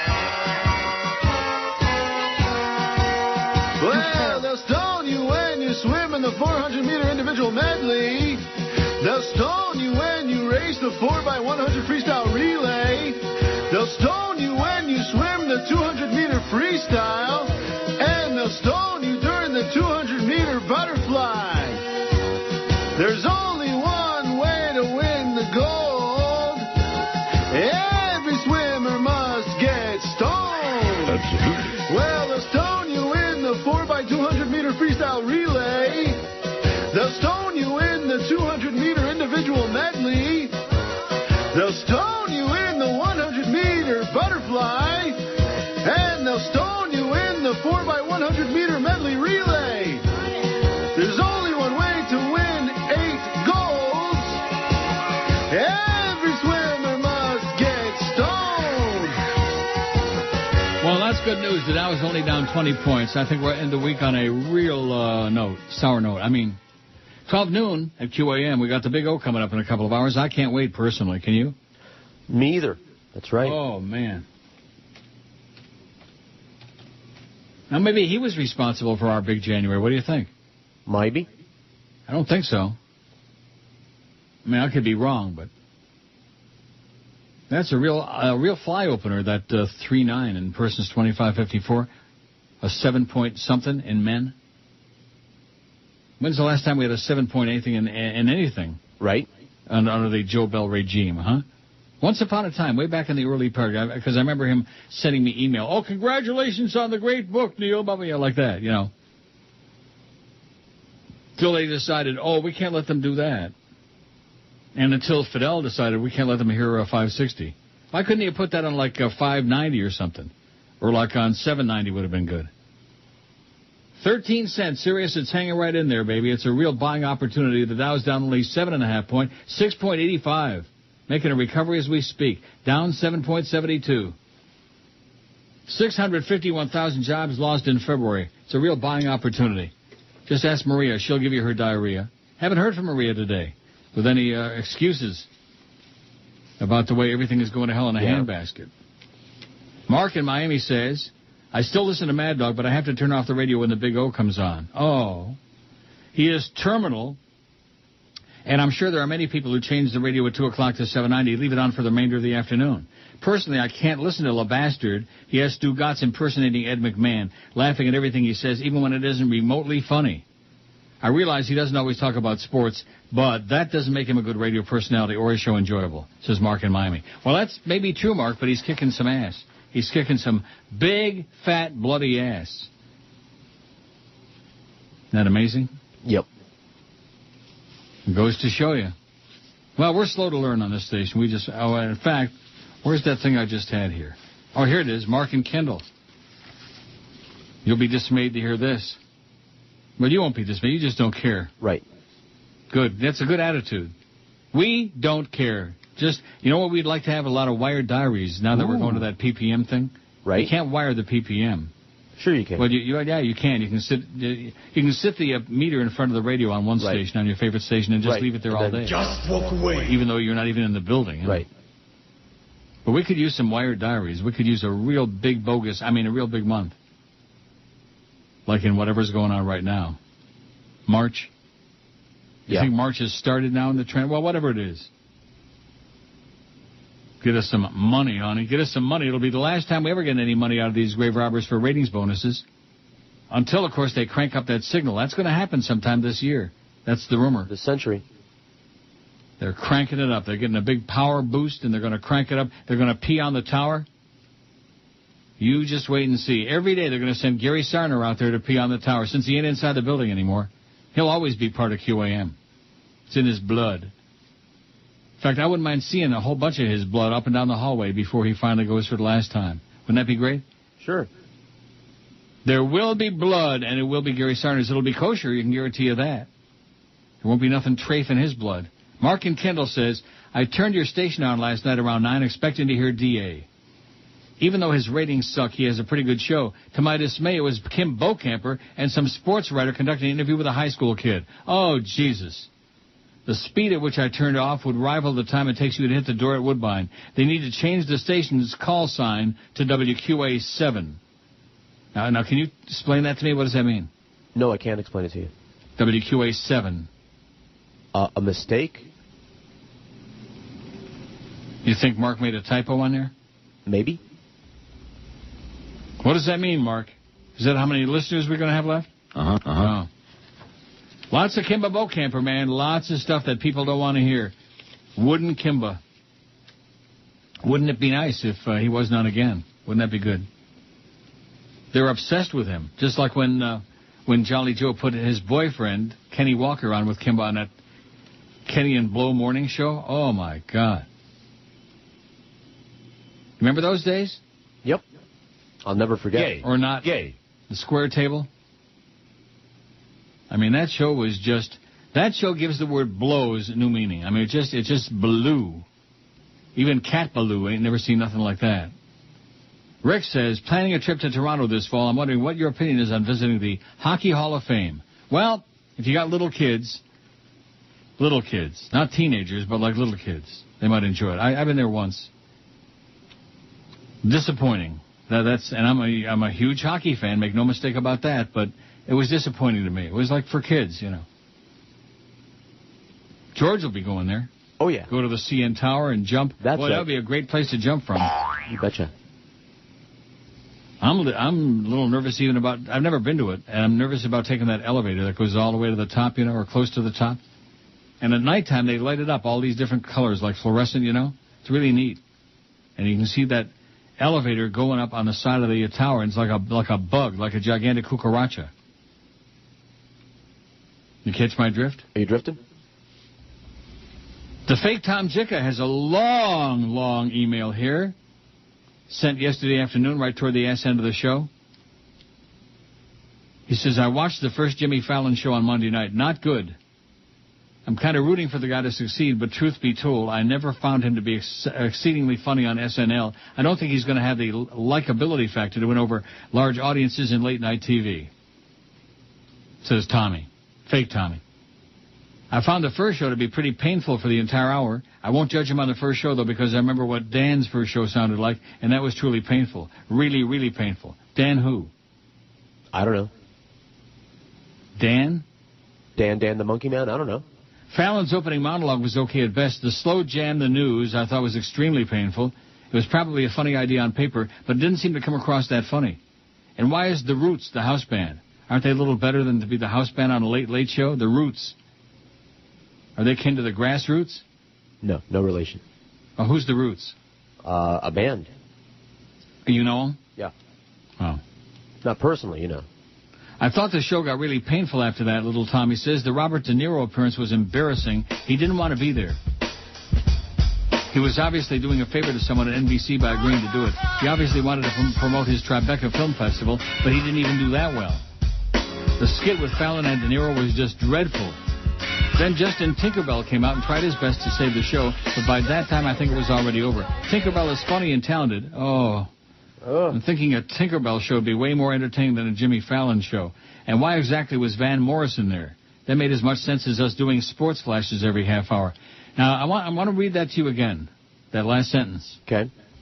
That made as much sense as us doing sports flashes every half hour.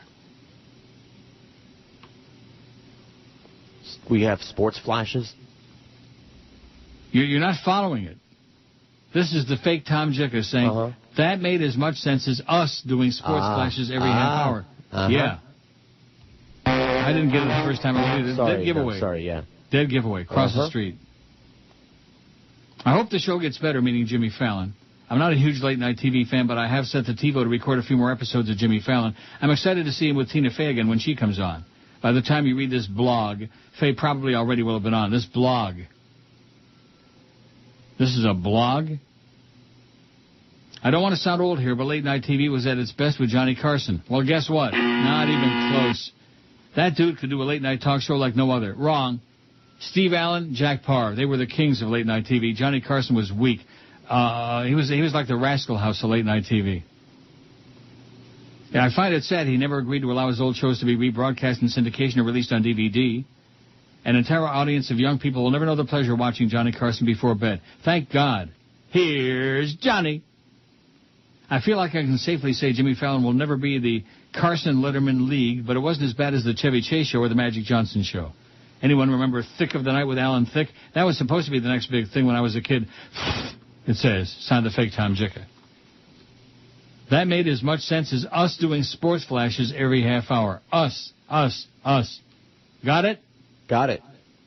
Sounds like a slip of a typewriter to me, little Tommy. Yeah. Not good. Some of these fake people, the Dow's up 8.5 points. All right, man, it's going to be a great Friday. You'll see. Here's one from Rebecca. Are you going to do another appearance in Miami? I didn't do an appearance in Miami. I did one in Hallandale. We moved to North Carolina like all your other listeners in George. I'm looking for an excuse to come to Miami. I miss the Cuban food, says Rebecca. Yeah, I'll be around. Cliff and Kendall says the bus to Taco Hell. Oh, this is that story about the beheading guy. Do we really care about that? Vince Lee accused of stabbing, beheading, and cannibalizing another man. A Canadian judge ruled yesterday the man accused of beheading and cannibalizing a fellow Greyhound bus passenger is not criminally responsible due to mental illness and an addiction to Taco Bell.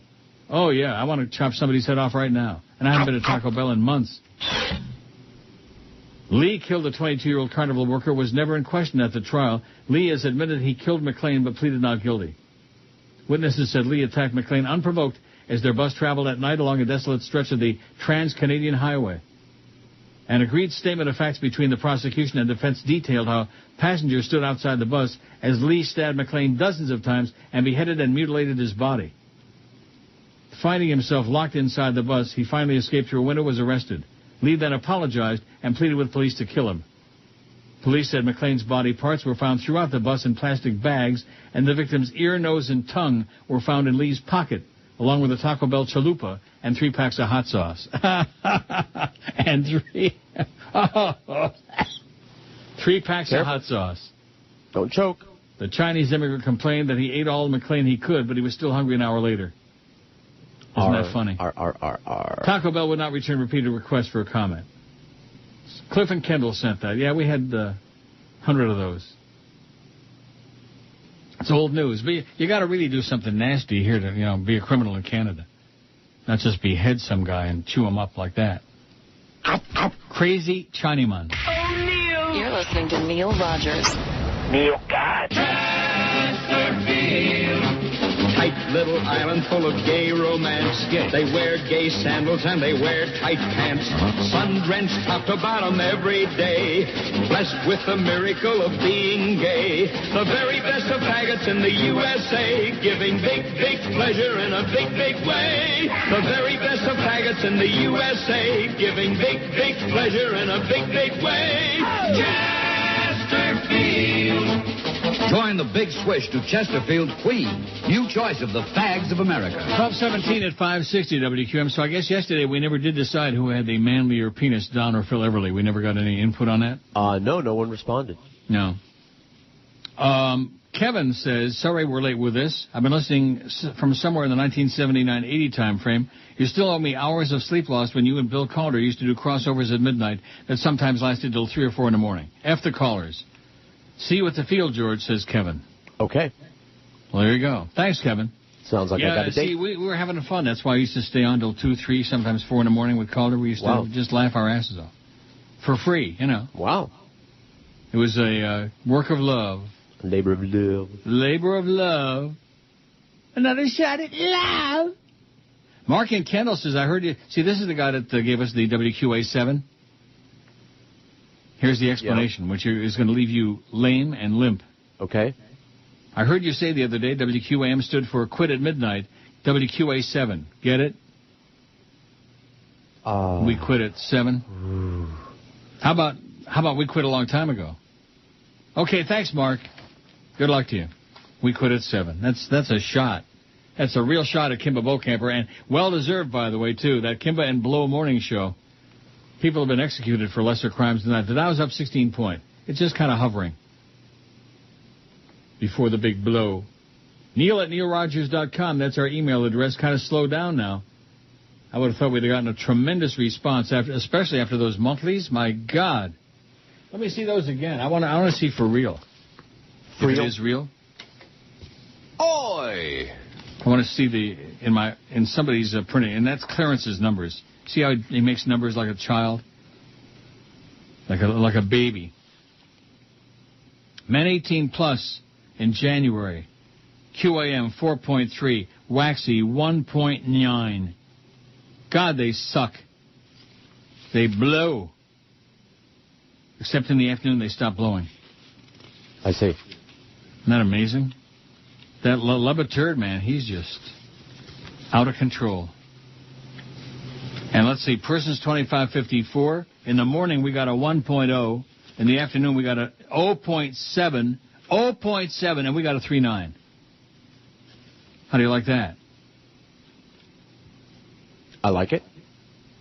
And when you extrapolate it, man, especially when you make it 10 to... That's 10 to 3. That's 10 to 3, baby. 3.9, 7.8. That means we got an 8-something in men. 2554. 8. We got 8. And sometimes getting 8 ain't all that bad. Depends on who's doing the 8ing. Nevertheless. Got some very sad news, especially for our sales department.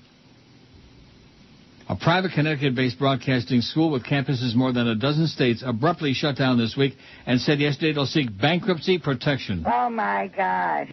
The Connecticut School of Broadcasting blamed its financial woes on a tightening of the private student loan market. Tuition for 16-week courses as much as $12,000. The school has several Florida locations, including one at 3901 Coconut Palm Drive in Tampa.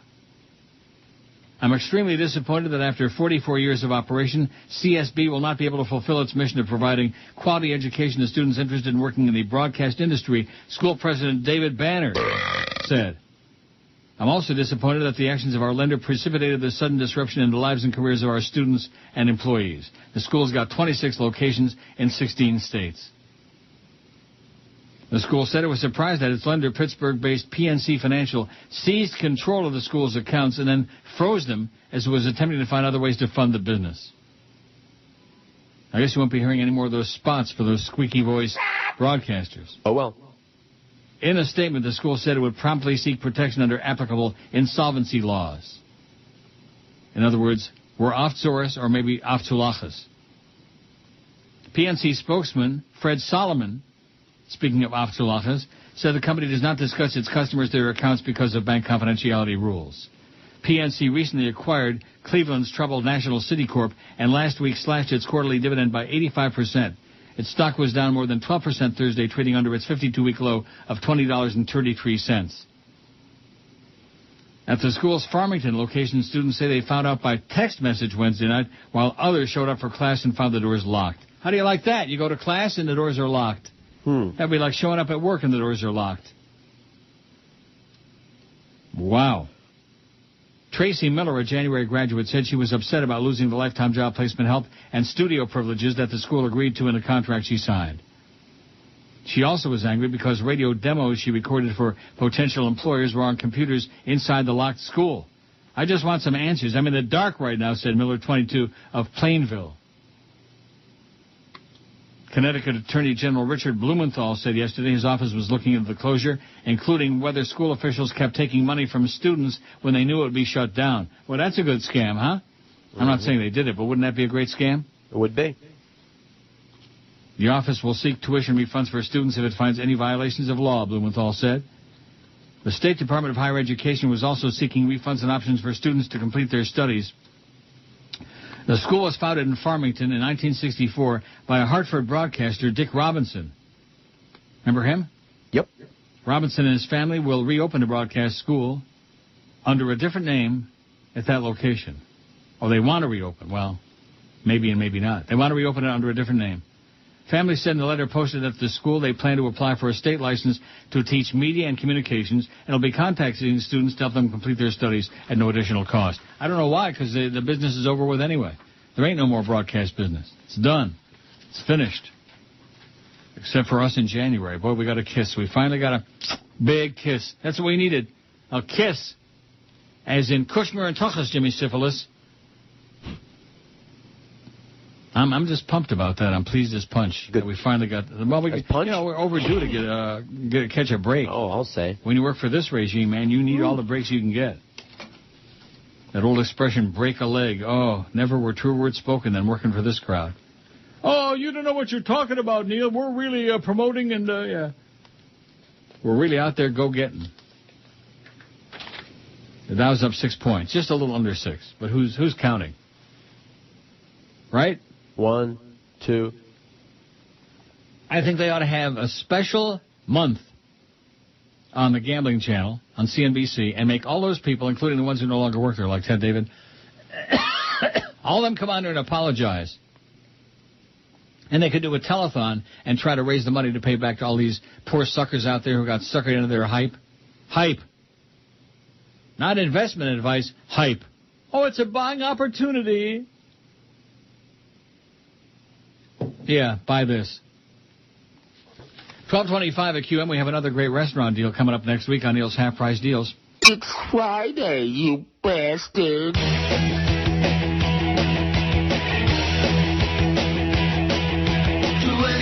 24 hours a day, I'm gonna be offended. I can't believe the things that you say. I'm gonna be offended. Even if it is a joke that's meant to entertain. Listen, I'm going to complain. Don't care if it is stupid, don't care if it's insane. Oh, no. 20, 24 hours a day, I'm gonna be offended. Whether it's religion or about gays, I'm gonna be offended. Gonna get you fired, thought you'd like to know. Look out, my head's gonna explode. Someone's got to stop it, protest against your show.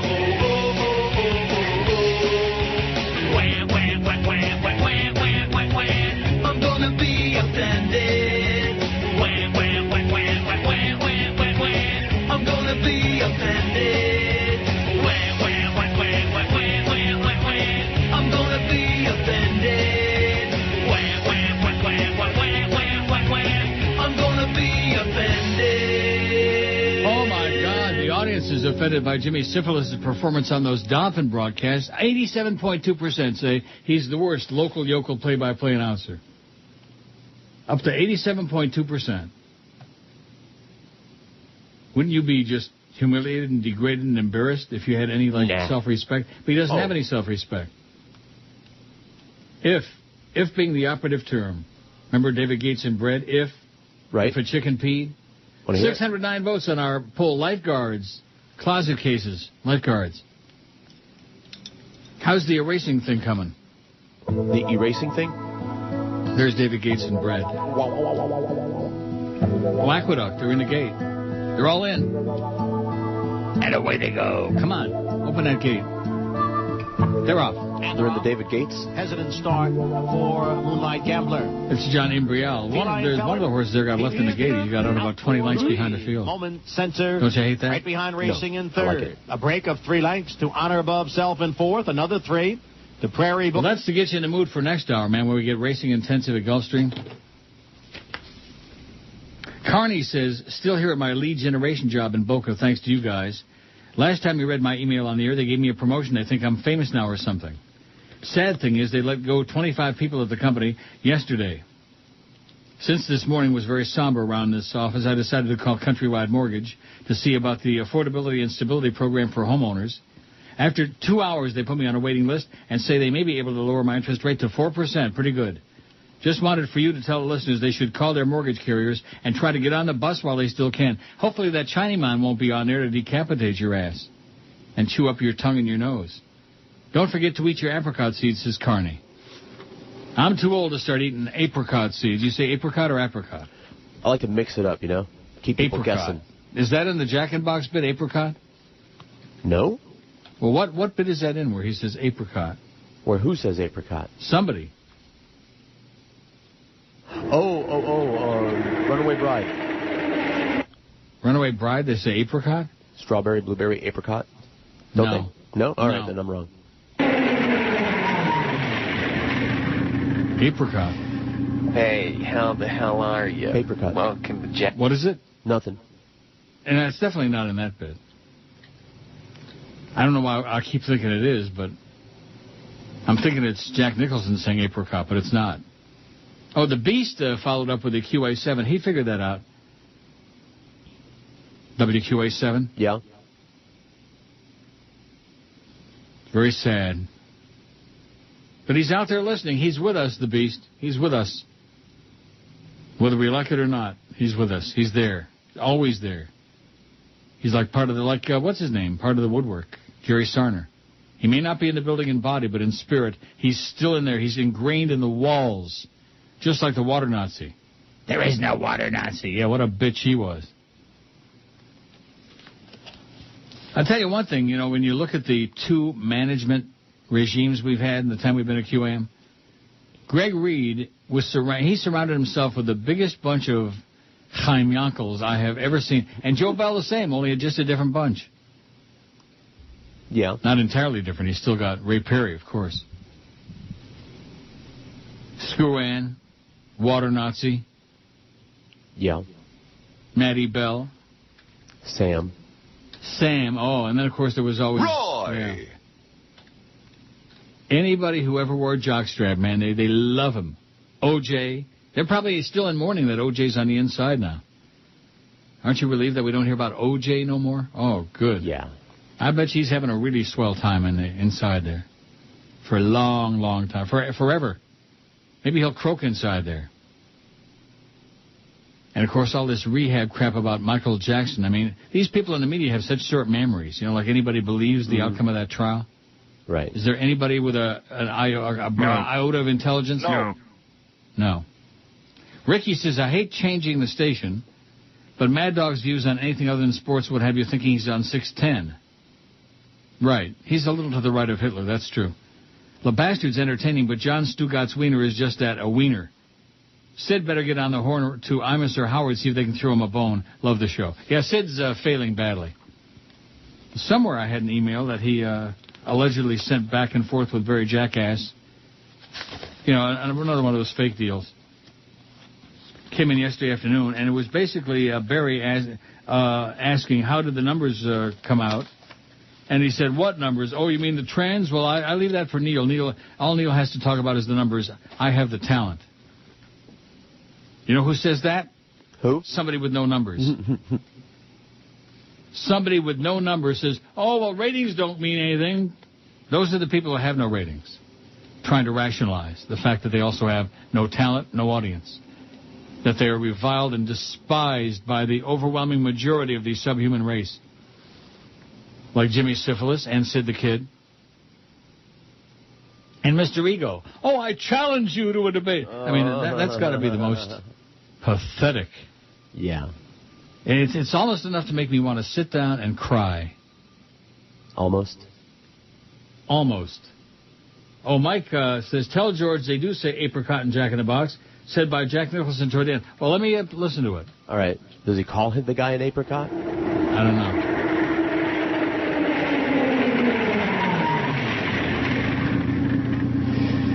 Hey, how the hell are you? Welcome to Jack in the Box. I'm Jack, and I'll be happy to fill your order, if you know what I mean. I'd like a Jack Burger and a large fries. Sorry, pal. We're cleaning the grease fryer. We don't have any French fries today. Oh, okay. Then just give me a small order of fries, please. Look, Chief, maybe you didn't hear me. I said we don't have any fries today, so how about something else? Oh, okay. Then just give me an order of fries. Listen up, pal. Who put the straw in strawberry? Nature did. That's right, nature did. Who put the ape in apricot? Nature did. That's right, nature did. Now listen carefully. There you go. I mean, I could play the rest of it. I don't want it. It's not in there. Hey, who put the ape in apricot? See, I knew That's it. right. What a memory, huh? What a mind. A mind like a steel crap. Barry Jackass says Howard Davis is happy with the trends, especially the afternoon drive numbers. Well, that's all he's got is afternoon drive numbers. George Sedano did well in midday. No, he did not. He did not do well in midday. A tutu is something you wear, not a number. He's very happy with Dan Stugatz and the crew. Well, that's great, Fake Barry.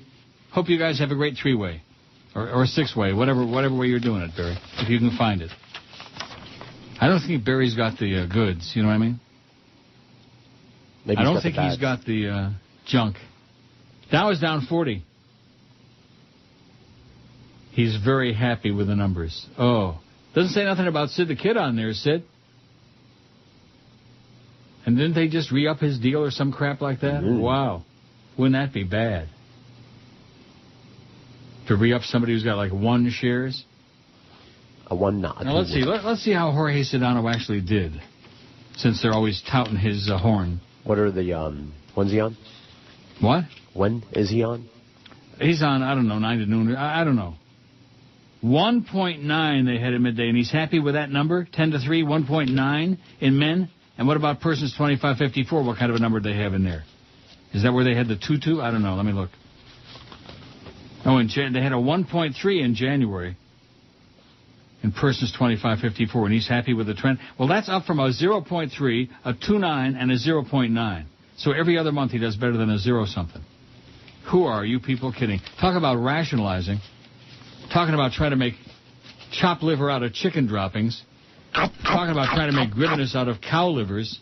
Jesus, God almighty. Howard Davis, my ass. Oh, Neil! You're listening to Neil Rogers. Friday, you bastard. Eddie.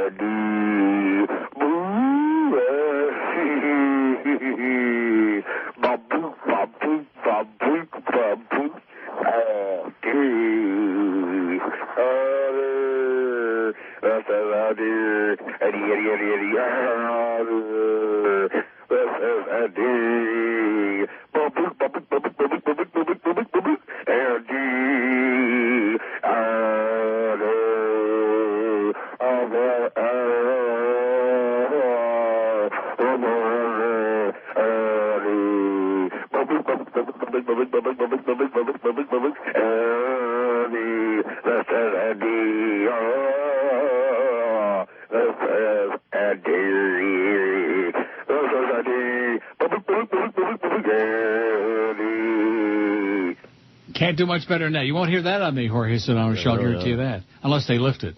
Right. You might actually hear that. 12:45 at 560 WQAM. Frank says about Rush. He was arguing about bailing out the homeowners going into foreclosure. His argument was that the homeowners were not swindled and that they knew that in 5 years they wouldn't be able to afford and they should accept their foreclosure, and that's it. It's all their fault, no fault of the banks and brokers.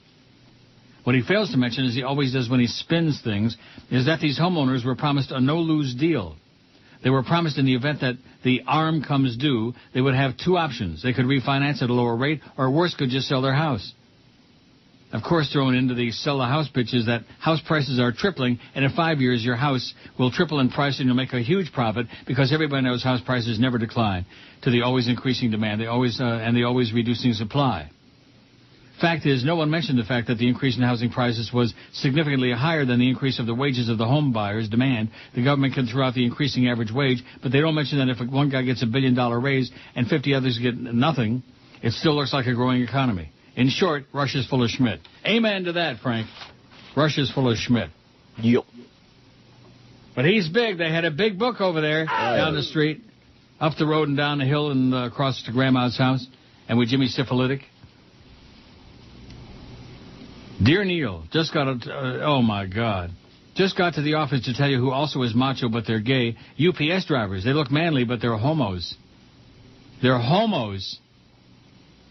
Love, Larry. P.S. When you're here, I would be delighted to take you to dinner at the Council Oak at the Hard Rock. Sounds like a proposition to me, doesn't it?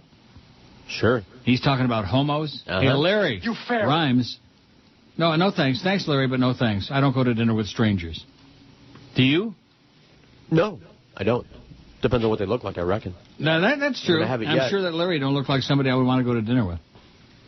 I don't go to lunch, dinner, breakfast, late night snacks with strangers. With just anonymous people out there in Radio Land. Here's one that says, I saw a new infomercial with that annoying guy from the ShamWow infomercials, and this one he's selling the slap chop. The what? And it's got a link forward to about 36 seconds. You'll see that he thinks highly of his nuts. Well, that's good. I'm glad he likes his nuts. I don't.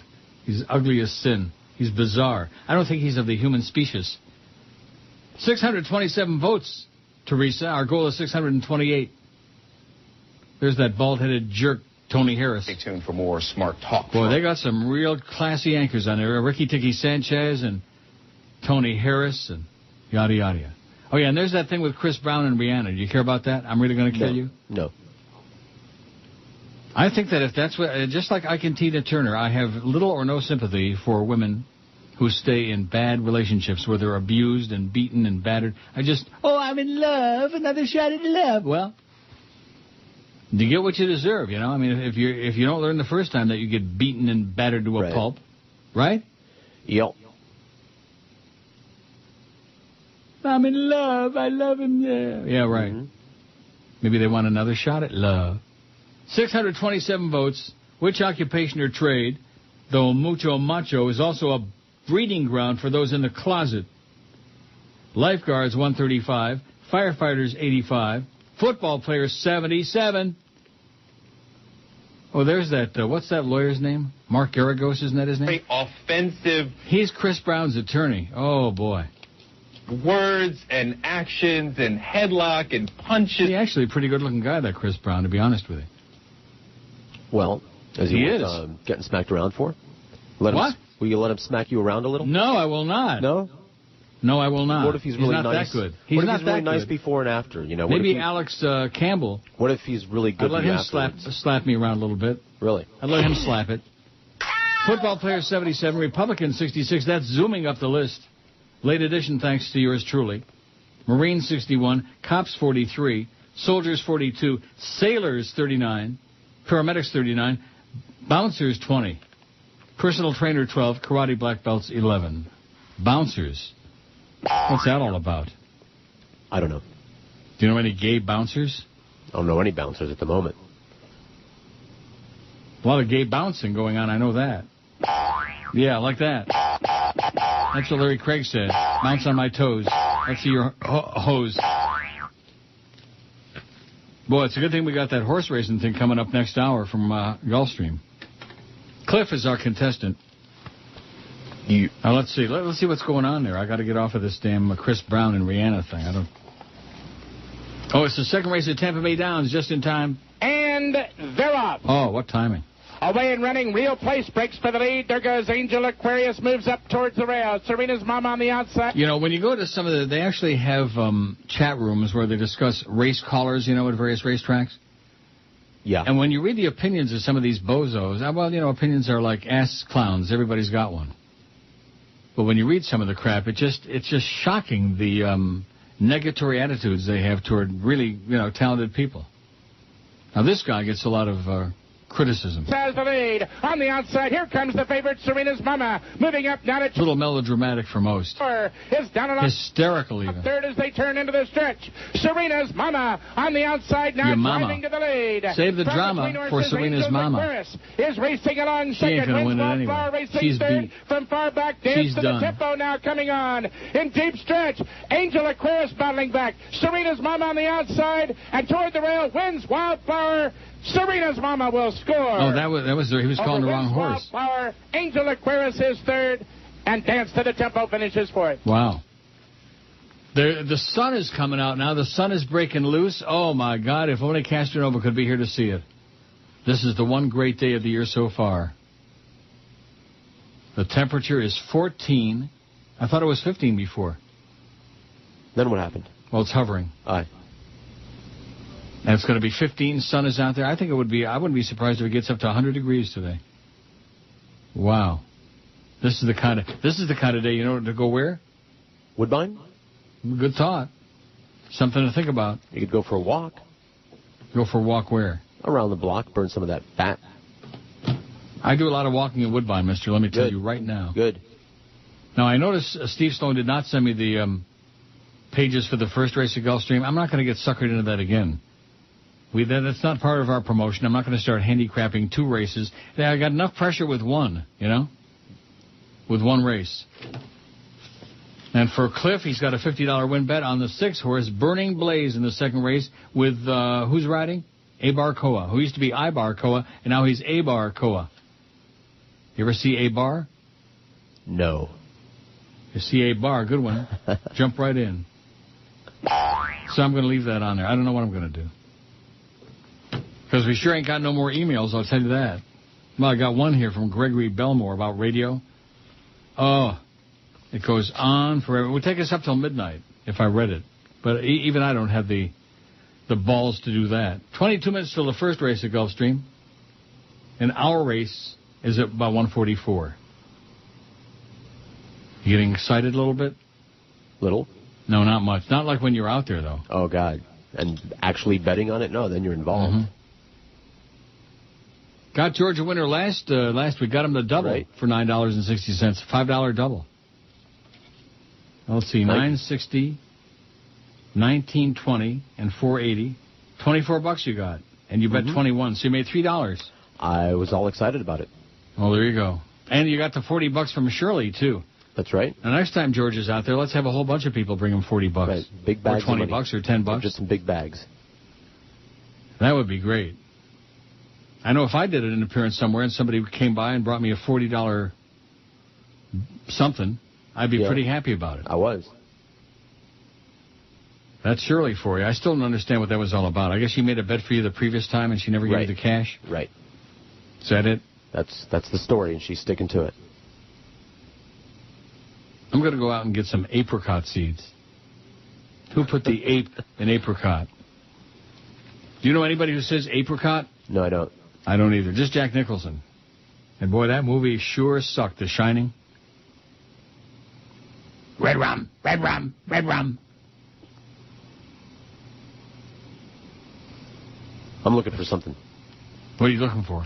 Something from The Shining, but I rum? don't think I have anything. Looking for what? No, I have Shining Star by the Manhattans, but that's it. What were you looking for? Like the theme music or something from it, but I don't. From what? The Shining. Oh, from The Shining. There's a theme song from The Shining? Oh, they got some music or something. I don't know. I'm thinking about dining, not The Shining. Dining and dancing? I'm wondering about lunch. That's right. Joey Carr. Is he dead or alive? Joey Carr, ladies and gentlemen. Everybody wants to know those horrible spots. Dining and dancing and... Wow. What a schmendrick he was. I said was. Maybe he's still around. Joey Carr, dead or alive? Oh, Neil! You're listening to Neil Rogers. Well, here we... The 1 to 2 hour. I am angry that they gotta take my favorite peanut butter. They said it could hurt my belly. Now my PBJ has nothing but the jelly. Boy, they really try to scare ya, then remove it from the area. It is really idiotic that they didn't ban this other peanut product. They took peanut butter, my favorite brand, unlike no other. All because they said we should beware. This whole thing really isn't fair. Wait a minute, I found another jarified brand of peanut butter. Just forget that, FDA fella. I don't really mind the taste of salmonella. How about some vanilla salmonella? Sounds good to me. Sounds delicious. Don't sound delish? Salma vanilla. Feh. 101 at 560 WQAM. Gulfstream first race coming up in 15 minutes. Are we going to pay any attention to that or what? It'll kill some time. Right. Because the emails have stopped. And nobody knows anything about Joey Carr. Of South Florida TV fame. I mean, nobody has anything to say. Good, bad, dead, indifferent. And what was his brother's name? Steve Feldman or something? Steve, I don't know. Race Levy? car. Huh? Race. You sure don't know your South Florida TV history. All you know is Wayne Chandler and Wayne. You don't even know Wayne Chandler. Oh, yeah, you do. Wayne Ferris is the one you don't know. Yeah. And Skipper Chuck. I know the important people and the guy that did the Midnight movies or whatever that was. The creature features. Empty Graves. Yeah. I remember him. I remember Big Dave Wilson. Dixon. Dave Dixon dead. Dave Dixon fat also. And dead. Big Wilson. Big Wilson, fat and Right. dead. Dave Game, fat and still alive, I think. Nobody knows from Joey Carr. I even Googled it. Joey Carr, Miami TV, whatever. Nothing. He just vanished. Maybe too much dining and dancing. Maybe. Boy, he was unbelievable. Jay in Miami says 12 grand for 16 weeks, only to graduate and become a board op making 20 grand or less. Is that where Flea got his degree? No, it is not where Flea got his degree. Well, what is this about a degree? You get a degree in broadcasting? Yeah, the third degree. Yeah, that's right. That's what this guy's giving us, the third degree, Jay, making fun of the Connecticut School of Broadcasting, all the money they spent on this station. All the squeaky voice kids, oh, we're going to make you a broadcaster. And in a lot of cases, it worked. Jimmy Dworsky is getting really pseudo-intellectual on us here today. Wow. Holy cow. He's got a long... Good thing he does. Because his is the only one right now. All of our radio people, they've abandoned us altogether today. They're disappointed that we're not going to have the great debate, you know, the contrived debate. Yeah. Have you ever heard of anything so pathetic? Never. Sad. I'm challenging you to a debate. Grasping. For what? I mean, based on what? What's the point? For attention. Pay attention to us. Talk to us. Oh, my God. Although you are doing a good job reading all their emails. Whose? Theirs. Well, who cares? Who cares? It kills some time, man. And look at the great trend we had in January. And you come on the other day and say that the format blows, you hate it, it's torture. All right. That's what you said. I said it twice. You said you missed those great calls. I'm your friend. You missed that. Hi, Ron. Hi, Ron. That's right.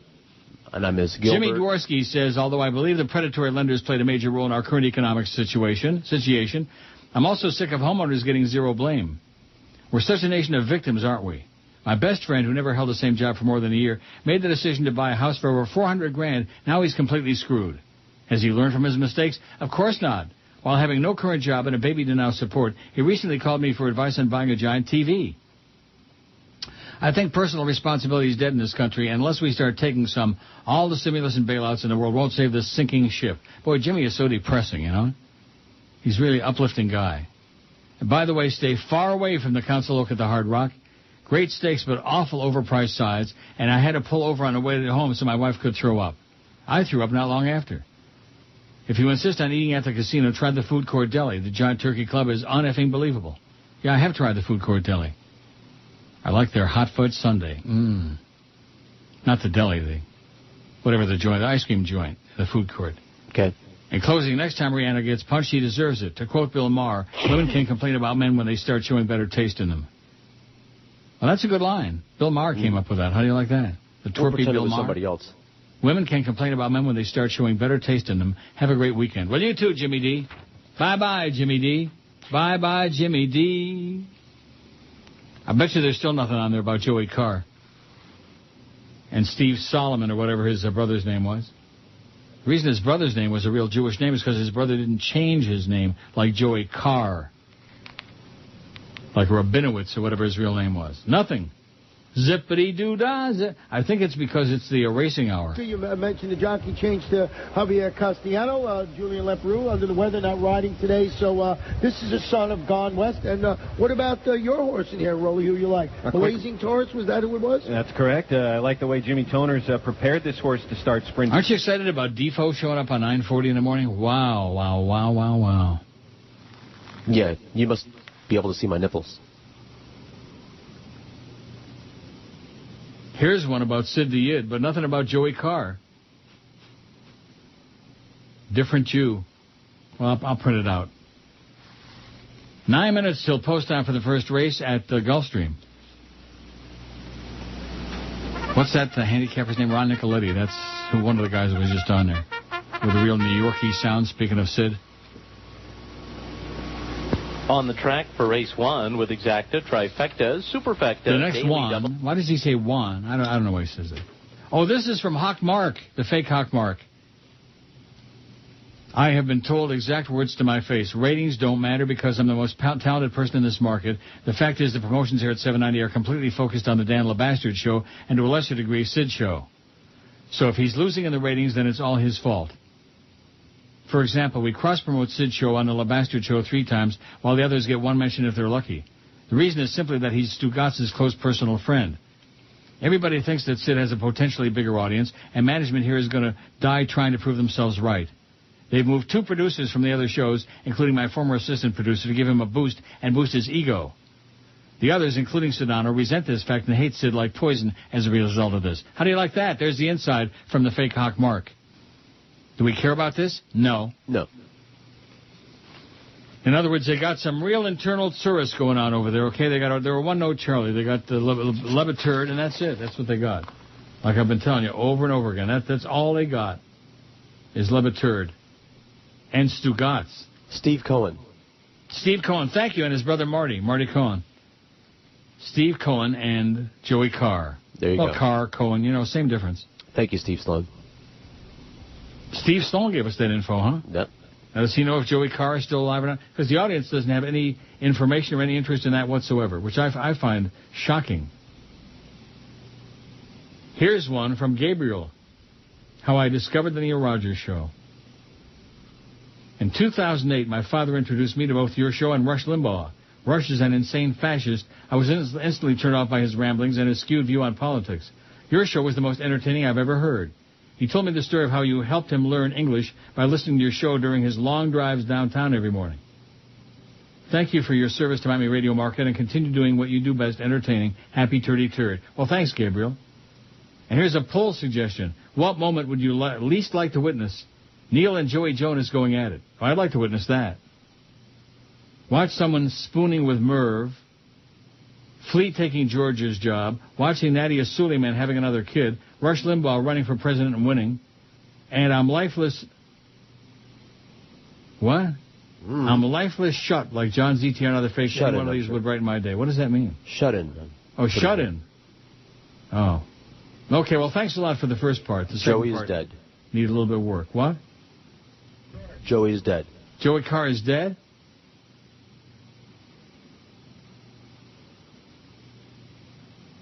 Rasta Paul says, my awesome tax lady Shirley showed me this. If you put the IRS together, make one word out of it, it spells theirs. How do you like that? As my money becomes theirs, the IRS. Son of a bitch, says Rasta Paul. Yeah, son of a bitch. The fake Tom Jicka says, what is WQAM going to do about the 2 to 4 hour? Did you say they're bringing Mo back? No, I did not say they're bringing anybody back. I have no idea, Mo. I have no idea. Well, you talk about running out of material. Just pathetic. Pathetic, fake Tommy Jicka. It would be like us running, remember that slip in that last email? He's trying to cover it up now. Like a dog running 100 yards away from his pile and kicking up the dirt behind him, The worst thing is when dogs do that in the house and they're kicking up the carpeting. A la Tiny. So Hank calls to say. Yes? That Joey Carr is dead, died about a year ago. Wow. And when he was let go, or when that deal when he was offered that it fell bad through. deal. When they showed Hank the door, when they stuck him in the back, yeah. Right. And he said, but my ratings, I'm number 3 in the afternoon, blah, blah, blah. Joe Bell said ratings don't matter here. Right. Is what Hank says that Joe said. Mm-hmm. Well, that's good, because we don't have any. Good thing we don't care about them, and a good thing they don't count, because we sure don't have any. Except in January on this show. Boy, during the break, I'm going to reach over and pat myself on the back. You're listening to Neil Rogers. And now it's time for our long-distance dedication. It's from Hank Goldberg, and he writes, please play The Air That I Breathe, and dedicate it to my Kim Bassinger blow-up doll. Oh, what's he getting this? It gets a little peace and quiet. Hiya, Mo. What are you doing here in Honolulu? When I heard you were here, I flew right over and dressed up like Connie Stevens. Just for you. Well, you're forcing me to do this. Huh? Hey, how about a nice Hawaiian punch? Sure.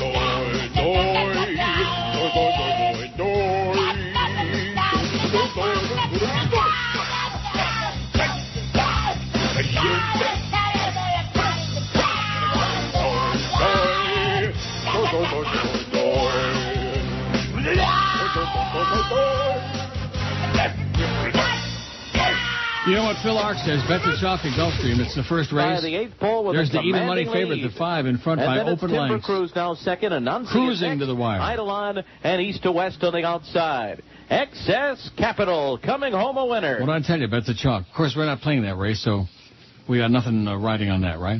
We got $50 to win on the 6th in the second race for Cliff.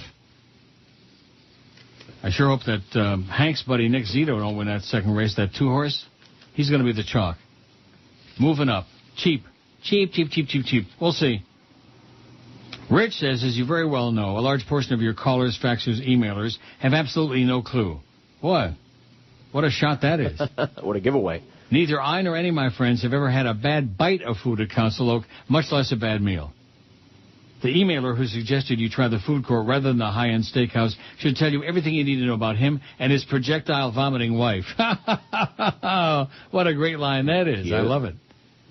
Him and his projectile vomiting wife. The sides are overpriced, as they are at most high-end steak places, but one side order at Council Oak can feed 2 or 3 people. Council Oak and something or other on Las Olas are the 2, I can't read what it is, the 2 best steak places in the area, bar none. I hope that last guy enjoys his Turkey Club sandwich with lots of pickles next time he's at his 5-star food court, says Rich. They're getting a little testy with each other now. The food fight. It's a food fight. Yeah, I like that. Everybody I've talked to, all the emailers have all said Council Oak at Hard Rock is outstanding. Excelente. Haven't eaten there yet. Of course, I'd have to be down there to eat there, I guess. Kind of a mixed bag, you know, a mixed blessing. So Joey Carr is dead. Well, that's good news. To me, he was not a pleasant person. I see. I was involved with him by way of the late Bob Savage, the late race caller from Calder Racetrack, with my late-night TV show on Channel 51 on TV or whatever the hell it was. Remember I talked about that the other day? Yep. We were involved in that, and Joey Carr was like, I don't know, real hard ass. But nevertheless, dining and dancing and clowning around. So what else did Hank have to say? Anything? Just that. He knew we were on the air and everything. Well, what does that mean? Well, he's not going to sit there and have a long, protracted phone call. Well, why not? Because he might give you some inside dope, inside poop. Well, I gave him my cell number in case he does have any more dope. Well, good. Yeah, give us the straight dope, Hank. Or the gay dope, in your case. 660 votes on the poll. Speaking of that, which occupation, though mucho macho, is also a breeding ground for those in the closet? Closet queens. Hey, Jimmy. You fairy. Who are you kidding? Lifeguards 135, firefighters 89, Republicans 81. Well, Republicans, from a standing start, have gone zooming up the list. They must be thinking about all those toe tappers. And about Miss Foley, and of course your governor, limp wrist Crist. Do you think he's really fooling anybody? Mm-hmm. With that marriage, with that beard, with that whole fake routine of his? Only the dumbest of the dumb. You'd have to be deaf, dumb, blind, and basically dead not to know that Charlie limp wrist Crist is a screamer. Screamer. Not just gay, but like that. Republicans 81, football players 78. I can't believe those macho football players like Brady Quinn. Those guys that take showers naked together all the time and slap each other on the ass with a towel and with their hand and with their... Marines 61, sailors 44, cops 44, soldiers 42, paramedics 39, bouncers 21, personal trainers 15, karate black belts 11 out of 660. So what happened there? The Chalk won the first race at Gulfstream, right? Now we can look up there and see. I don't even know if there's any scratches in the second race. No, there are not. Field of 7. And the horse I picked, the 6, is the third choice, 3-1. 1 is 2-1, 2 is 5-2, and the 6 is 3-1.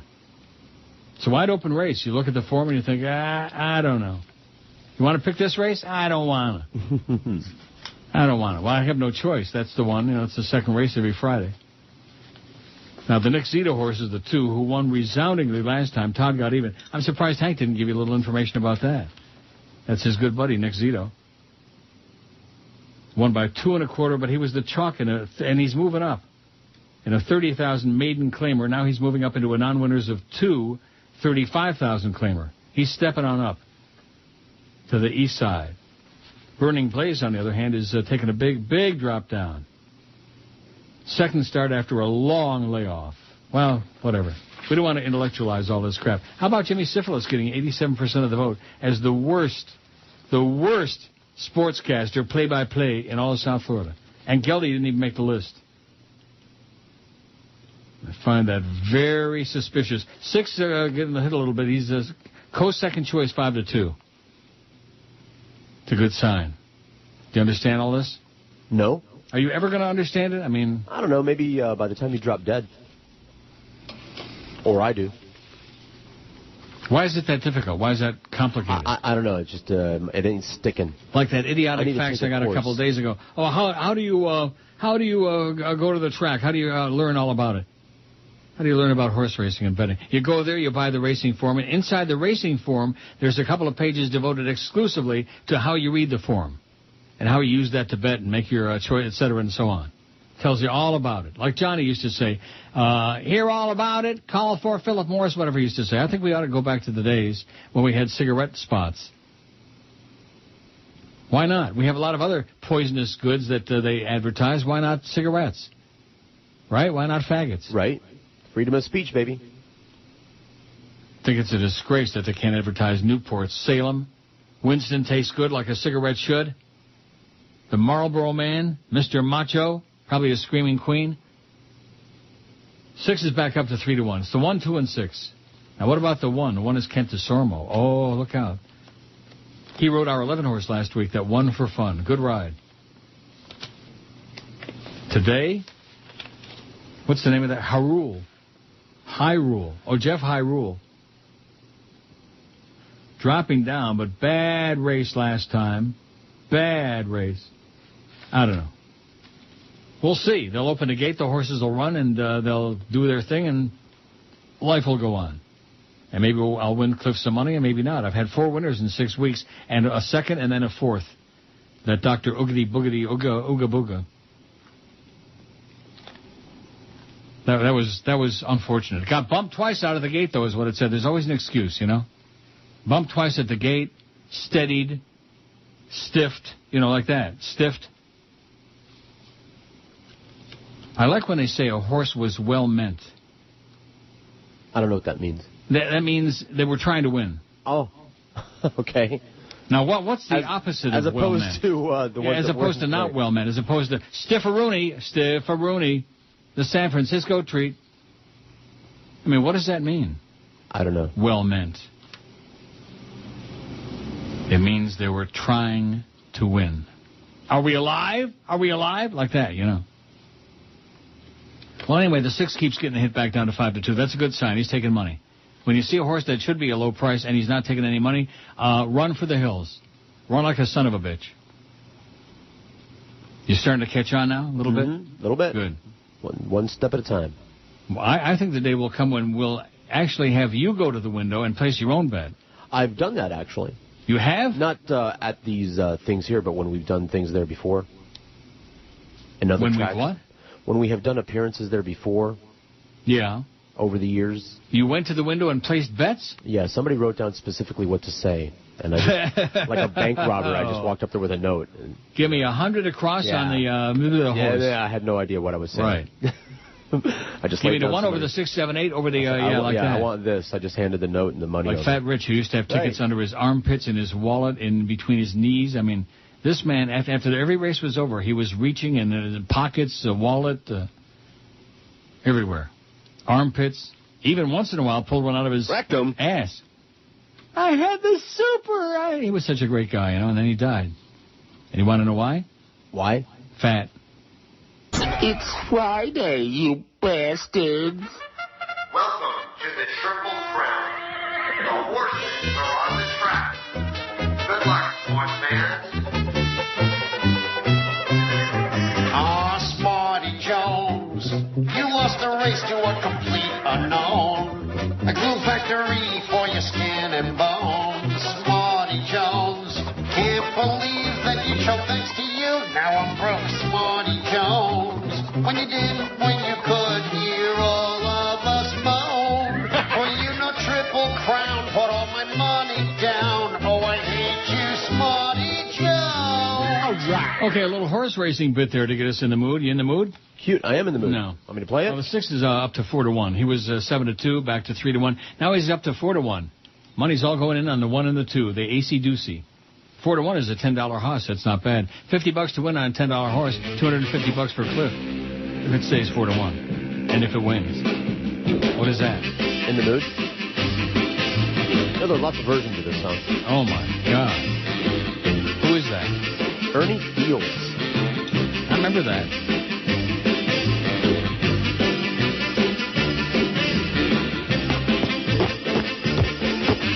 Okay. John ZTR says, Neil, did I just hear some moron blast me and calling me a fat shut-in? Yes. Please inform this idiot that I'm an average citizen who gets bored at work, has internet and radio access. I put in 10 to 13 hours a day, so I don't know what that moron was talking about. Anyway, please tell George the movie should be there because I emailed him yesterday, and letters usually take a day to get to their destination. Do you get it? No, I'll check it out, though. No. It might be sitting up front, you know? It says I emailed them yesterday. Well, what does that mean? That's what he says, but I haven't. I think he means he mailed them. That's yesterday. probably what he means. By the way, is it a coincidence that January was your highest rated month and also the month I was sending in emails at full force? Just kidding. Yeah, it's just a coincidence. Anyway, I'll go ahead and reveal another fake identity since you ignored all the following emails from it. Bart, Owen, and Raymond, the 2 idiots who heard from a coworker that Neil is not really gay. Real classic email, says John. Not. It was mildly amusing the first time, and then he kept following it up, and I just kept deleting it because it was so stupid. Not real classic. Not up to your usual standard at all. So obviously fake. See, a real good fake email has got to be one that might possibly be real. Right. You follow what I'm saying? Yep. Oh, here's Manny from Kendall with the Mr. Ego update. We don't care. Not interested. He's just desperately reaching out. I bet you Nick Lawrence sent that one. Not interested. Go away, Mr. Ego. We're not interested in trying to put you on the map. Just clawing out desperately, reaching. Please, please talk about me. No. No. No chance. No shot. Here's one from Hoi Polloi. Crist is not a Republican. He's a rhino. He hasn't done it. One thing can even be characterized as being remotely conservative, and most of his proposals are typical of a Democrat mindset. Maybe that's because he's... Yay. Who the hell knows? Your governor. Oh, the 6 got hit back to 3-1. That's a really good sign. That's a good sign. What were those chick sticks or whatever we were talking about yesterday? Chico sticks. Chico sticks. I don't recall the name. I looked at him and I thought, well, maybe. I don't know. And maybe not. Forever. You did what? They're ancient. They've been around forever. So we got 10 minutes till the second race. It's going to go off at 1:44. The 1 is 2-1, the 2 is 9-5, and the 6 is third choice 3-1. And those three keep like rotating. 5-2 on the 1, 9-5 on the 2, 3-1 on the 6. Yada yada yada. Anybody care? No. Cliff cares. Whoever Cliff is. Our contestant on the Pick-Up Pony deal. And when are you going back out there again? March 27, did you say? Correct. Wow, what a memory. And I think this time the station ought to give you like maybe $500-600 to plunge your guts on the first two races. Do you think that makes sense? It sure does. Wheel some triples and bet on some cripples and whatever, you know. 7-2 on the 6, $9 Haas. Pretty interesting the way. And the 5 is taking some money too. Eon. It'll be an eon before he reaches the finish line with Cornelio Velasquez. There's your Jorge Velasquez and John Velasquez and Cornelio. Lots of Velasquez's in so many little time. 4 horses getting bet in a 7-horse field. Well, that means it's wide open. Isn't that what that means?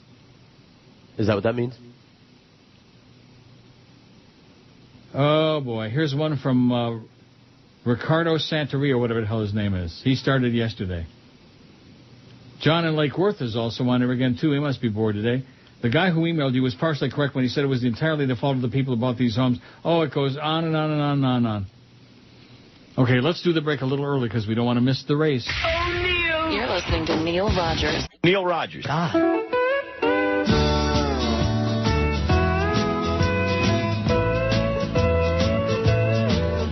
I was riding on a train to Austin, Texas.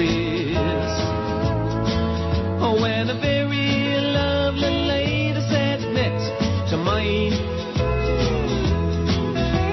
When she got up to eat, she asked if I would hold her sight. I was more than happy to, and now there's more I'd like to do.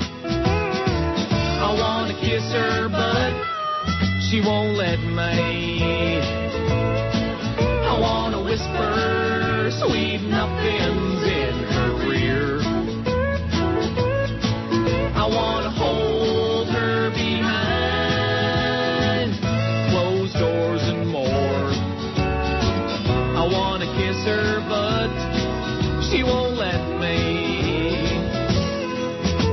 When she returned, she said she was an actress.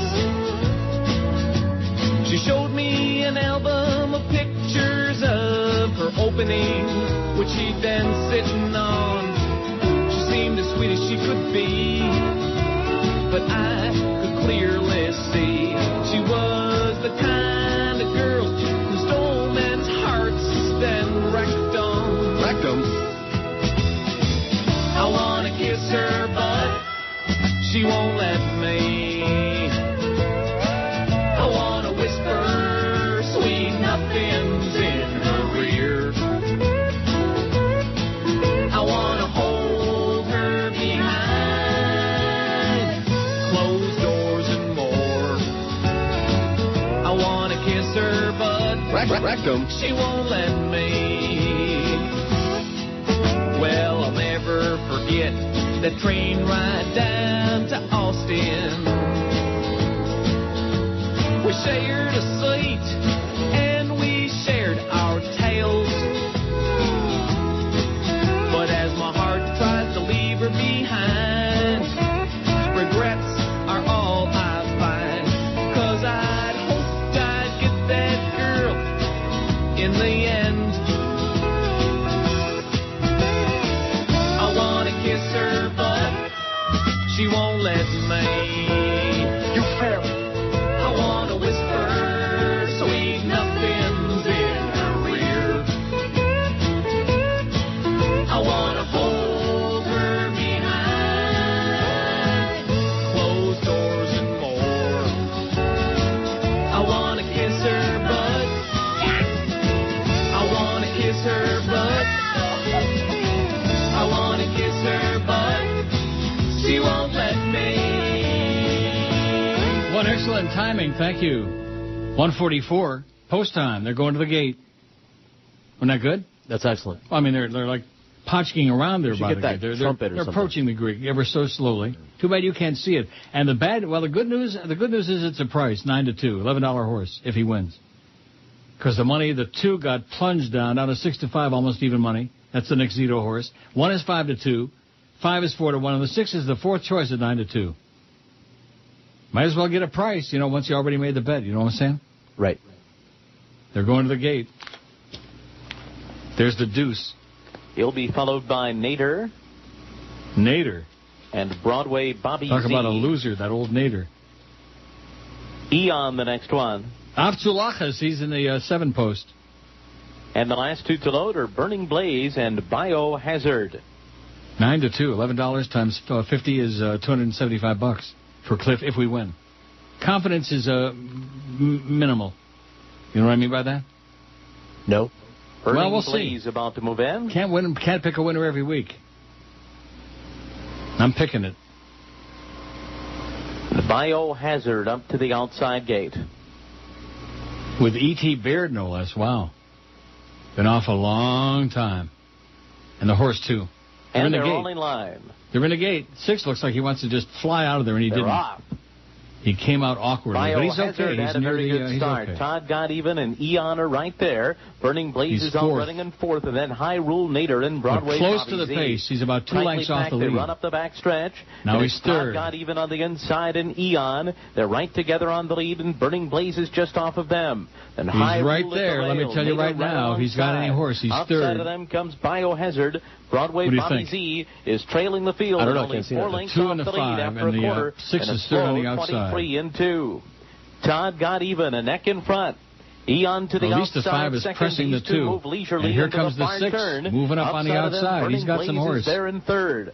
High Rule is pushed along 4th along the rail. Nader right alongside. Outside of them, Biohazard and Broadway Bobby Z has been outrun. The 2 and the 5 are still side by Todd each. got even in Eon. And the 6 is right there third. 46 and 2. Come on, A-bar, I-bar. Get into this dead on piece. The inside, and they've left the others behind. Get out the buzzer. They're coming to the top of the stretch. It's Todd got even. Grinding out a narrow lead as they turn for home. That damn 2, Eon the on the Nick Zito outside, horse. still second. And the 6 is hanging like a pig. And Burning Blaze is 4th into the final furlong. Todd got even, and Joe Bravo have the lead at 16th on. What did I tell you? Bet the from chalk. Eon and High Rule. Nick Zito in the 2. Takes second 2, on 1, the rail. 5, Todd 6. got even wins it. Sorry, then Cliff. High Rule, Eon, and Burning Blaze. He was right there most of the race and then puked his guts. The 2, the chalk. Well, who wants 3-2? That's $5. Right. It's $125 for Cliff if I pick the 2. I don't want to pick the chalk. And then Phil Ark is going to say, oh, you should have gone with the chalk. I told you, I always bet the chalk. Screw you, Mr. Expert. And they're off. There's a little bonus coverage for you. Like that? Yeah. Okay, let's get back to... sorry, Cliff. I gave it my best shot. I told you confidence was a mediocre. Tough race. 4-horse race. We finished 4th. Ricardo says about Charlie Crist, he's not gay. He just runs naked on the beach with his close friends. Oh, this is the fake Jim DeFetus, Santana from Alapata. And I miss these bits and yada yada. Well, good. Whatever. Quit living in the past, okay? We're doing the best we can. We had a kick-ass January, baby. Right. Ass kicker. Men 25-54, boy. We still got a shot at some money. If we get a few more wire diaries, maybe if Betty will help us out. Come on, Betty. Of course, Betty's maybe she can be a man for a month. Maybe she can be queen for a day. Yeah. Betty. John from Lake Worth says the guy who emailed you was partially correct when he said it was entirely the fault of the people who bought these homes, only to find they couldn't refinance them later on when their interest rates increased. I agree, but the majority of the people who bought these homes were first-time home buyers who only wanted a piece of the American dream. They wanted a piece. It's 15 freaking degrees, baby, in Toronto. 59. Holy cow. It's a good thing because I got to go pick up the pizza at 2 o'clock. I'm the oldest delivery boy in North America. Probably not. The predatory lenders who went unchecked in the Republican administration who to this day do not believe in any form of regulation. As much as a deregulated society sounds good, it can and will not work. People get greedy and if left unchecked will rape the American people at every turn. That's right, rape. Like Mo would say, gang rape ain't funny or whatever he said. Isn't that what Mo said? All the time. As much as we hate the government telling us what to do, it is imperative to have them be the watchdogs over some aspect of our lives to ensure we're not getting screwed. Have a nice weekend. You too, John and Lakeworth. And thanks for your perspicacious observations, whatever that means. So we found out today some important stuff. Joey Carr is dead. The chalk always wins at Gulfstream. I'm sure Phil Ark is going to be chiming in, and he's like, I told you, bet the chalk. Well, maybe not.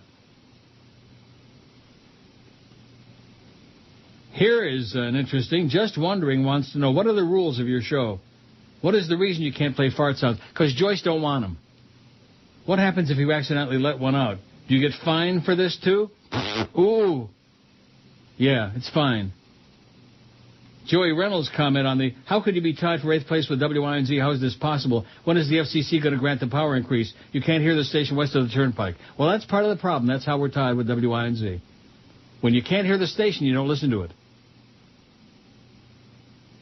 Here's one that says, wow, that was either really exciting or I have absolutely no life. You're still the man, Uncle Neil. Burning Blaze, more like Flaming Queen. I'm still going to donate $50 to Pet Rescue of Miami. Well, good. Oh, Cliff and Kendall, he was the contestant. I thought it was Cliff. Didn't I say that to you when you told me it was Cliff? I thought, I bet you that's Cliff and Kendall. And well, sorry, Cliff, because you're a good guy and sent us a lot of good email crap and stuff, and I wish you could have won. But the chalk, I just can't keep betting the chalk. My concept of betting at the track is beat the chalk. Not all the time, but most of the time. How about eat the chalk? Yeah, eat the chalk. That's usually what you do is eat the chalk 70% of the time. Rick James says, happy anniversary. I wrote a poem for you. Neil, Neil, Neil on the wall. You're the gayest radio host of them all. Congratulations from Rick James. So thanks, Rick. Very creative. Larry says, when I invited you to the Council Oak, I knew you wouldn't go. Just trying to show you there's some nice listeners out there. Well, thanks, Larry. I still think Ruth Chris or Peter Luger's is better. What about Morton's? Is Morton's chopped liver or what? Have you eaten at Morton's? Yeah, once. It was very good. You didn't like it? It was very good. Oh. What really makes the dinner great is when the Hard Rock comps the $200 check for being a high roller. Tell George Breaking Bad starts new Sun night. Okay. What does that mean? It's a series. I think it's on FX. It's very good.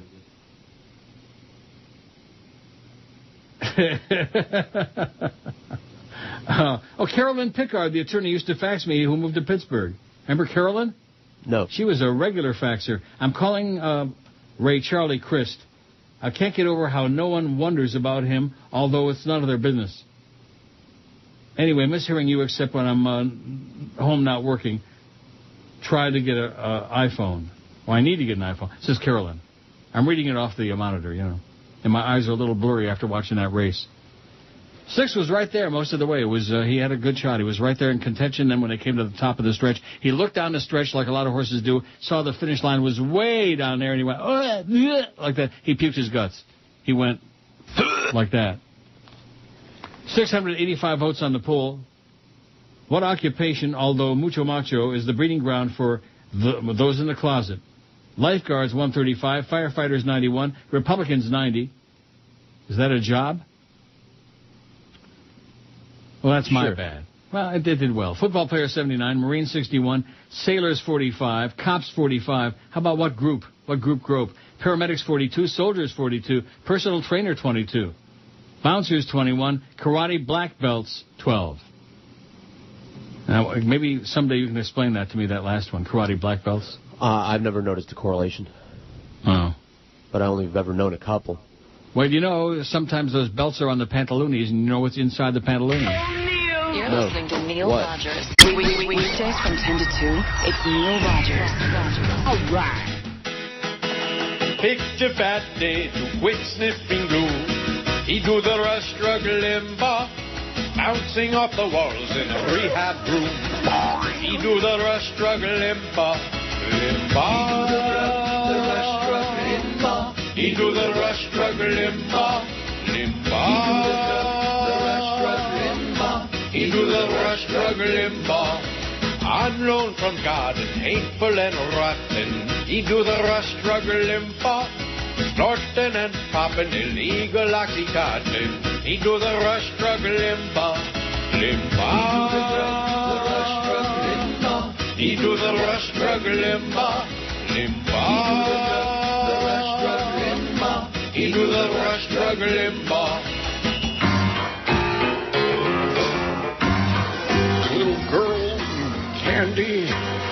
I had an epiphany, my friends. Epiphany. It's done.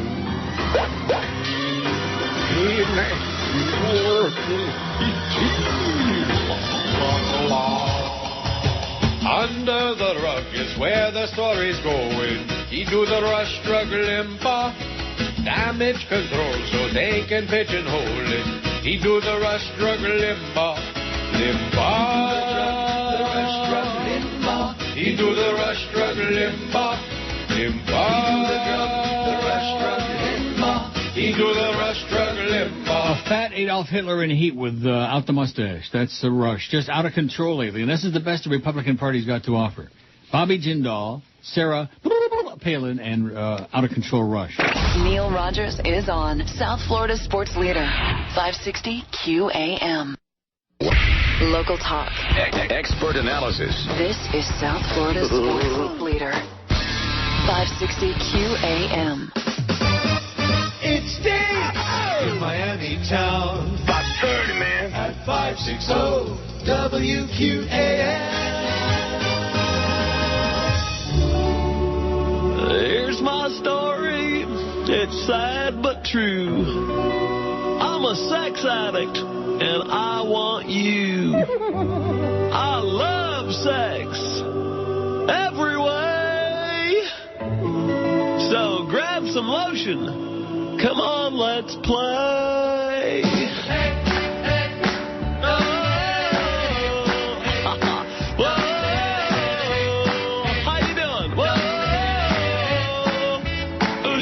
Use your daddy,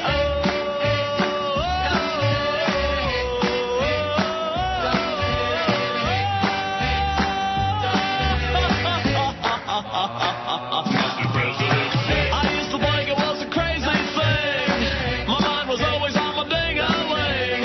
But there's no anti-Viagra pill, so I'm President Runaround Bill. I love to get it while I'm hard at work and grab my zipper, give it a little jerk. I don't get it from my wife, hell. That's why they call me President Runaround Bill. There's nothing sexually I won't do. Come along and bring a friend or two. Have a seat up on the windowsill. Here comes Mr. Sexy Runaround Bill. I can't seem to get enough. I can do you gentle and play rough. Don't get yourself into a huff, 'cause I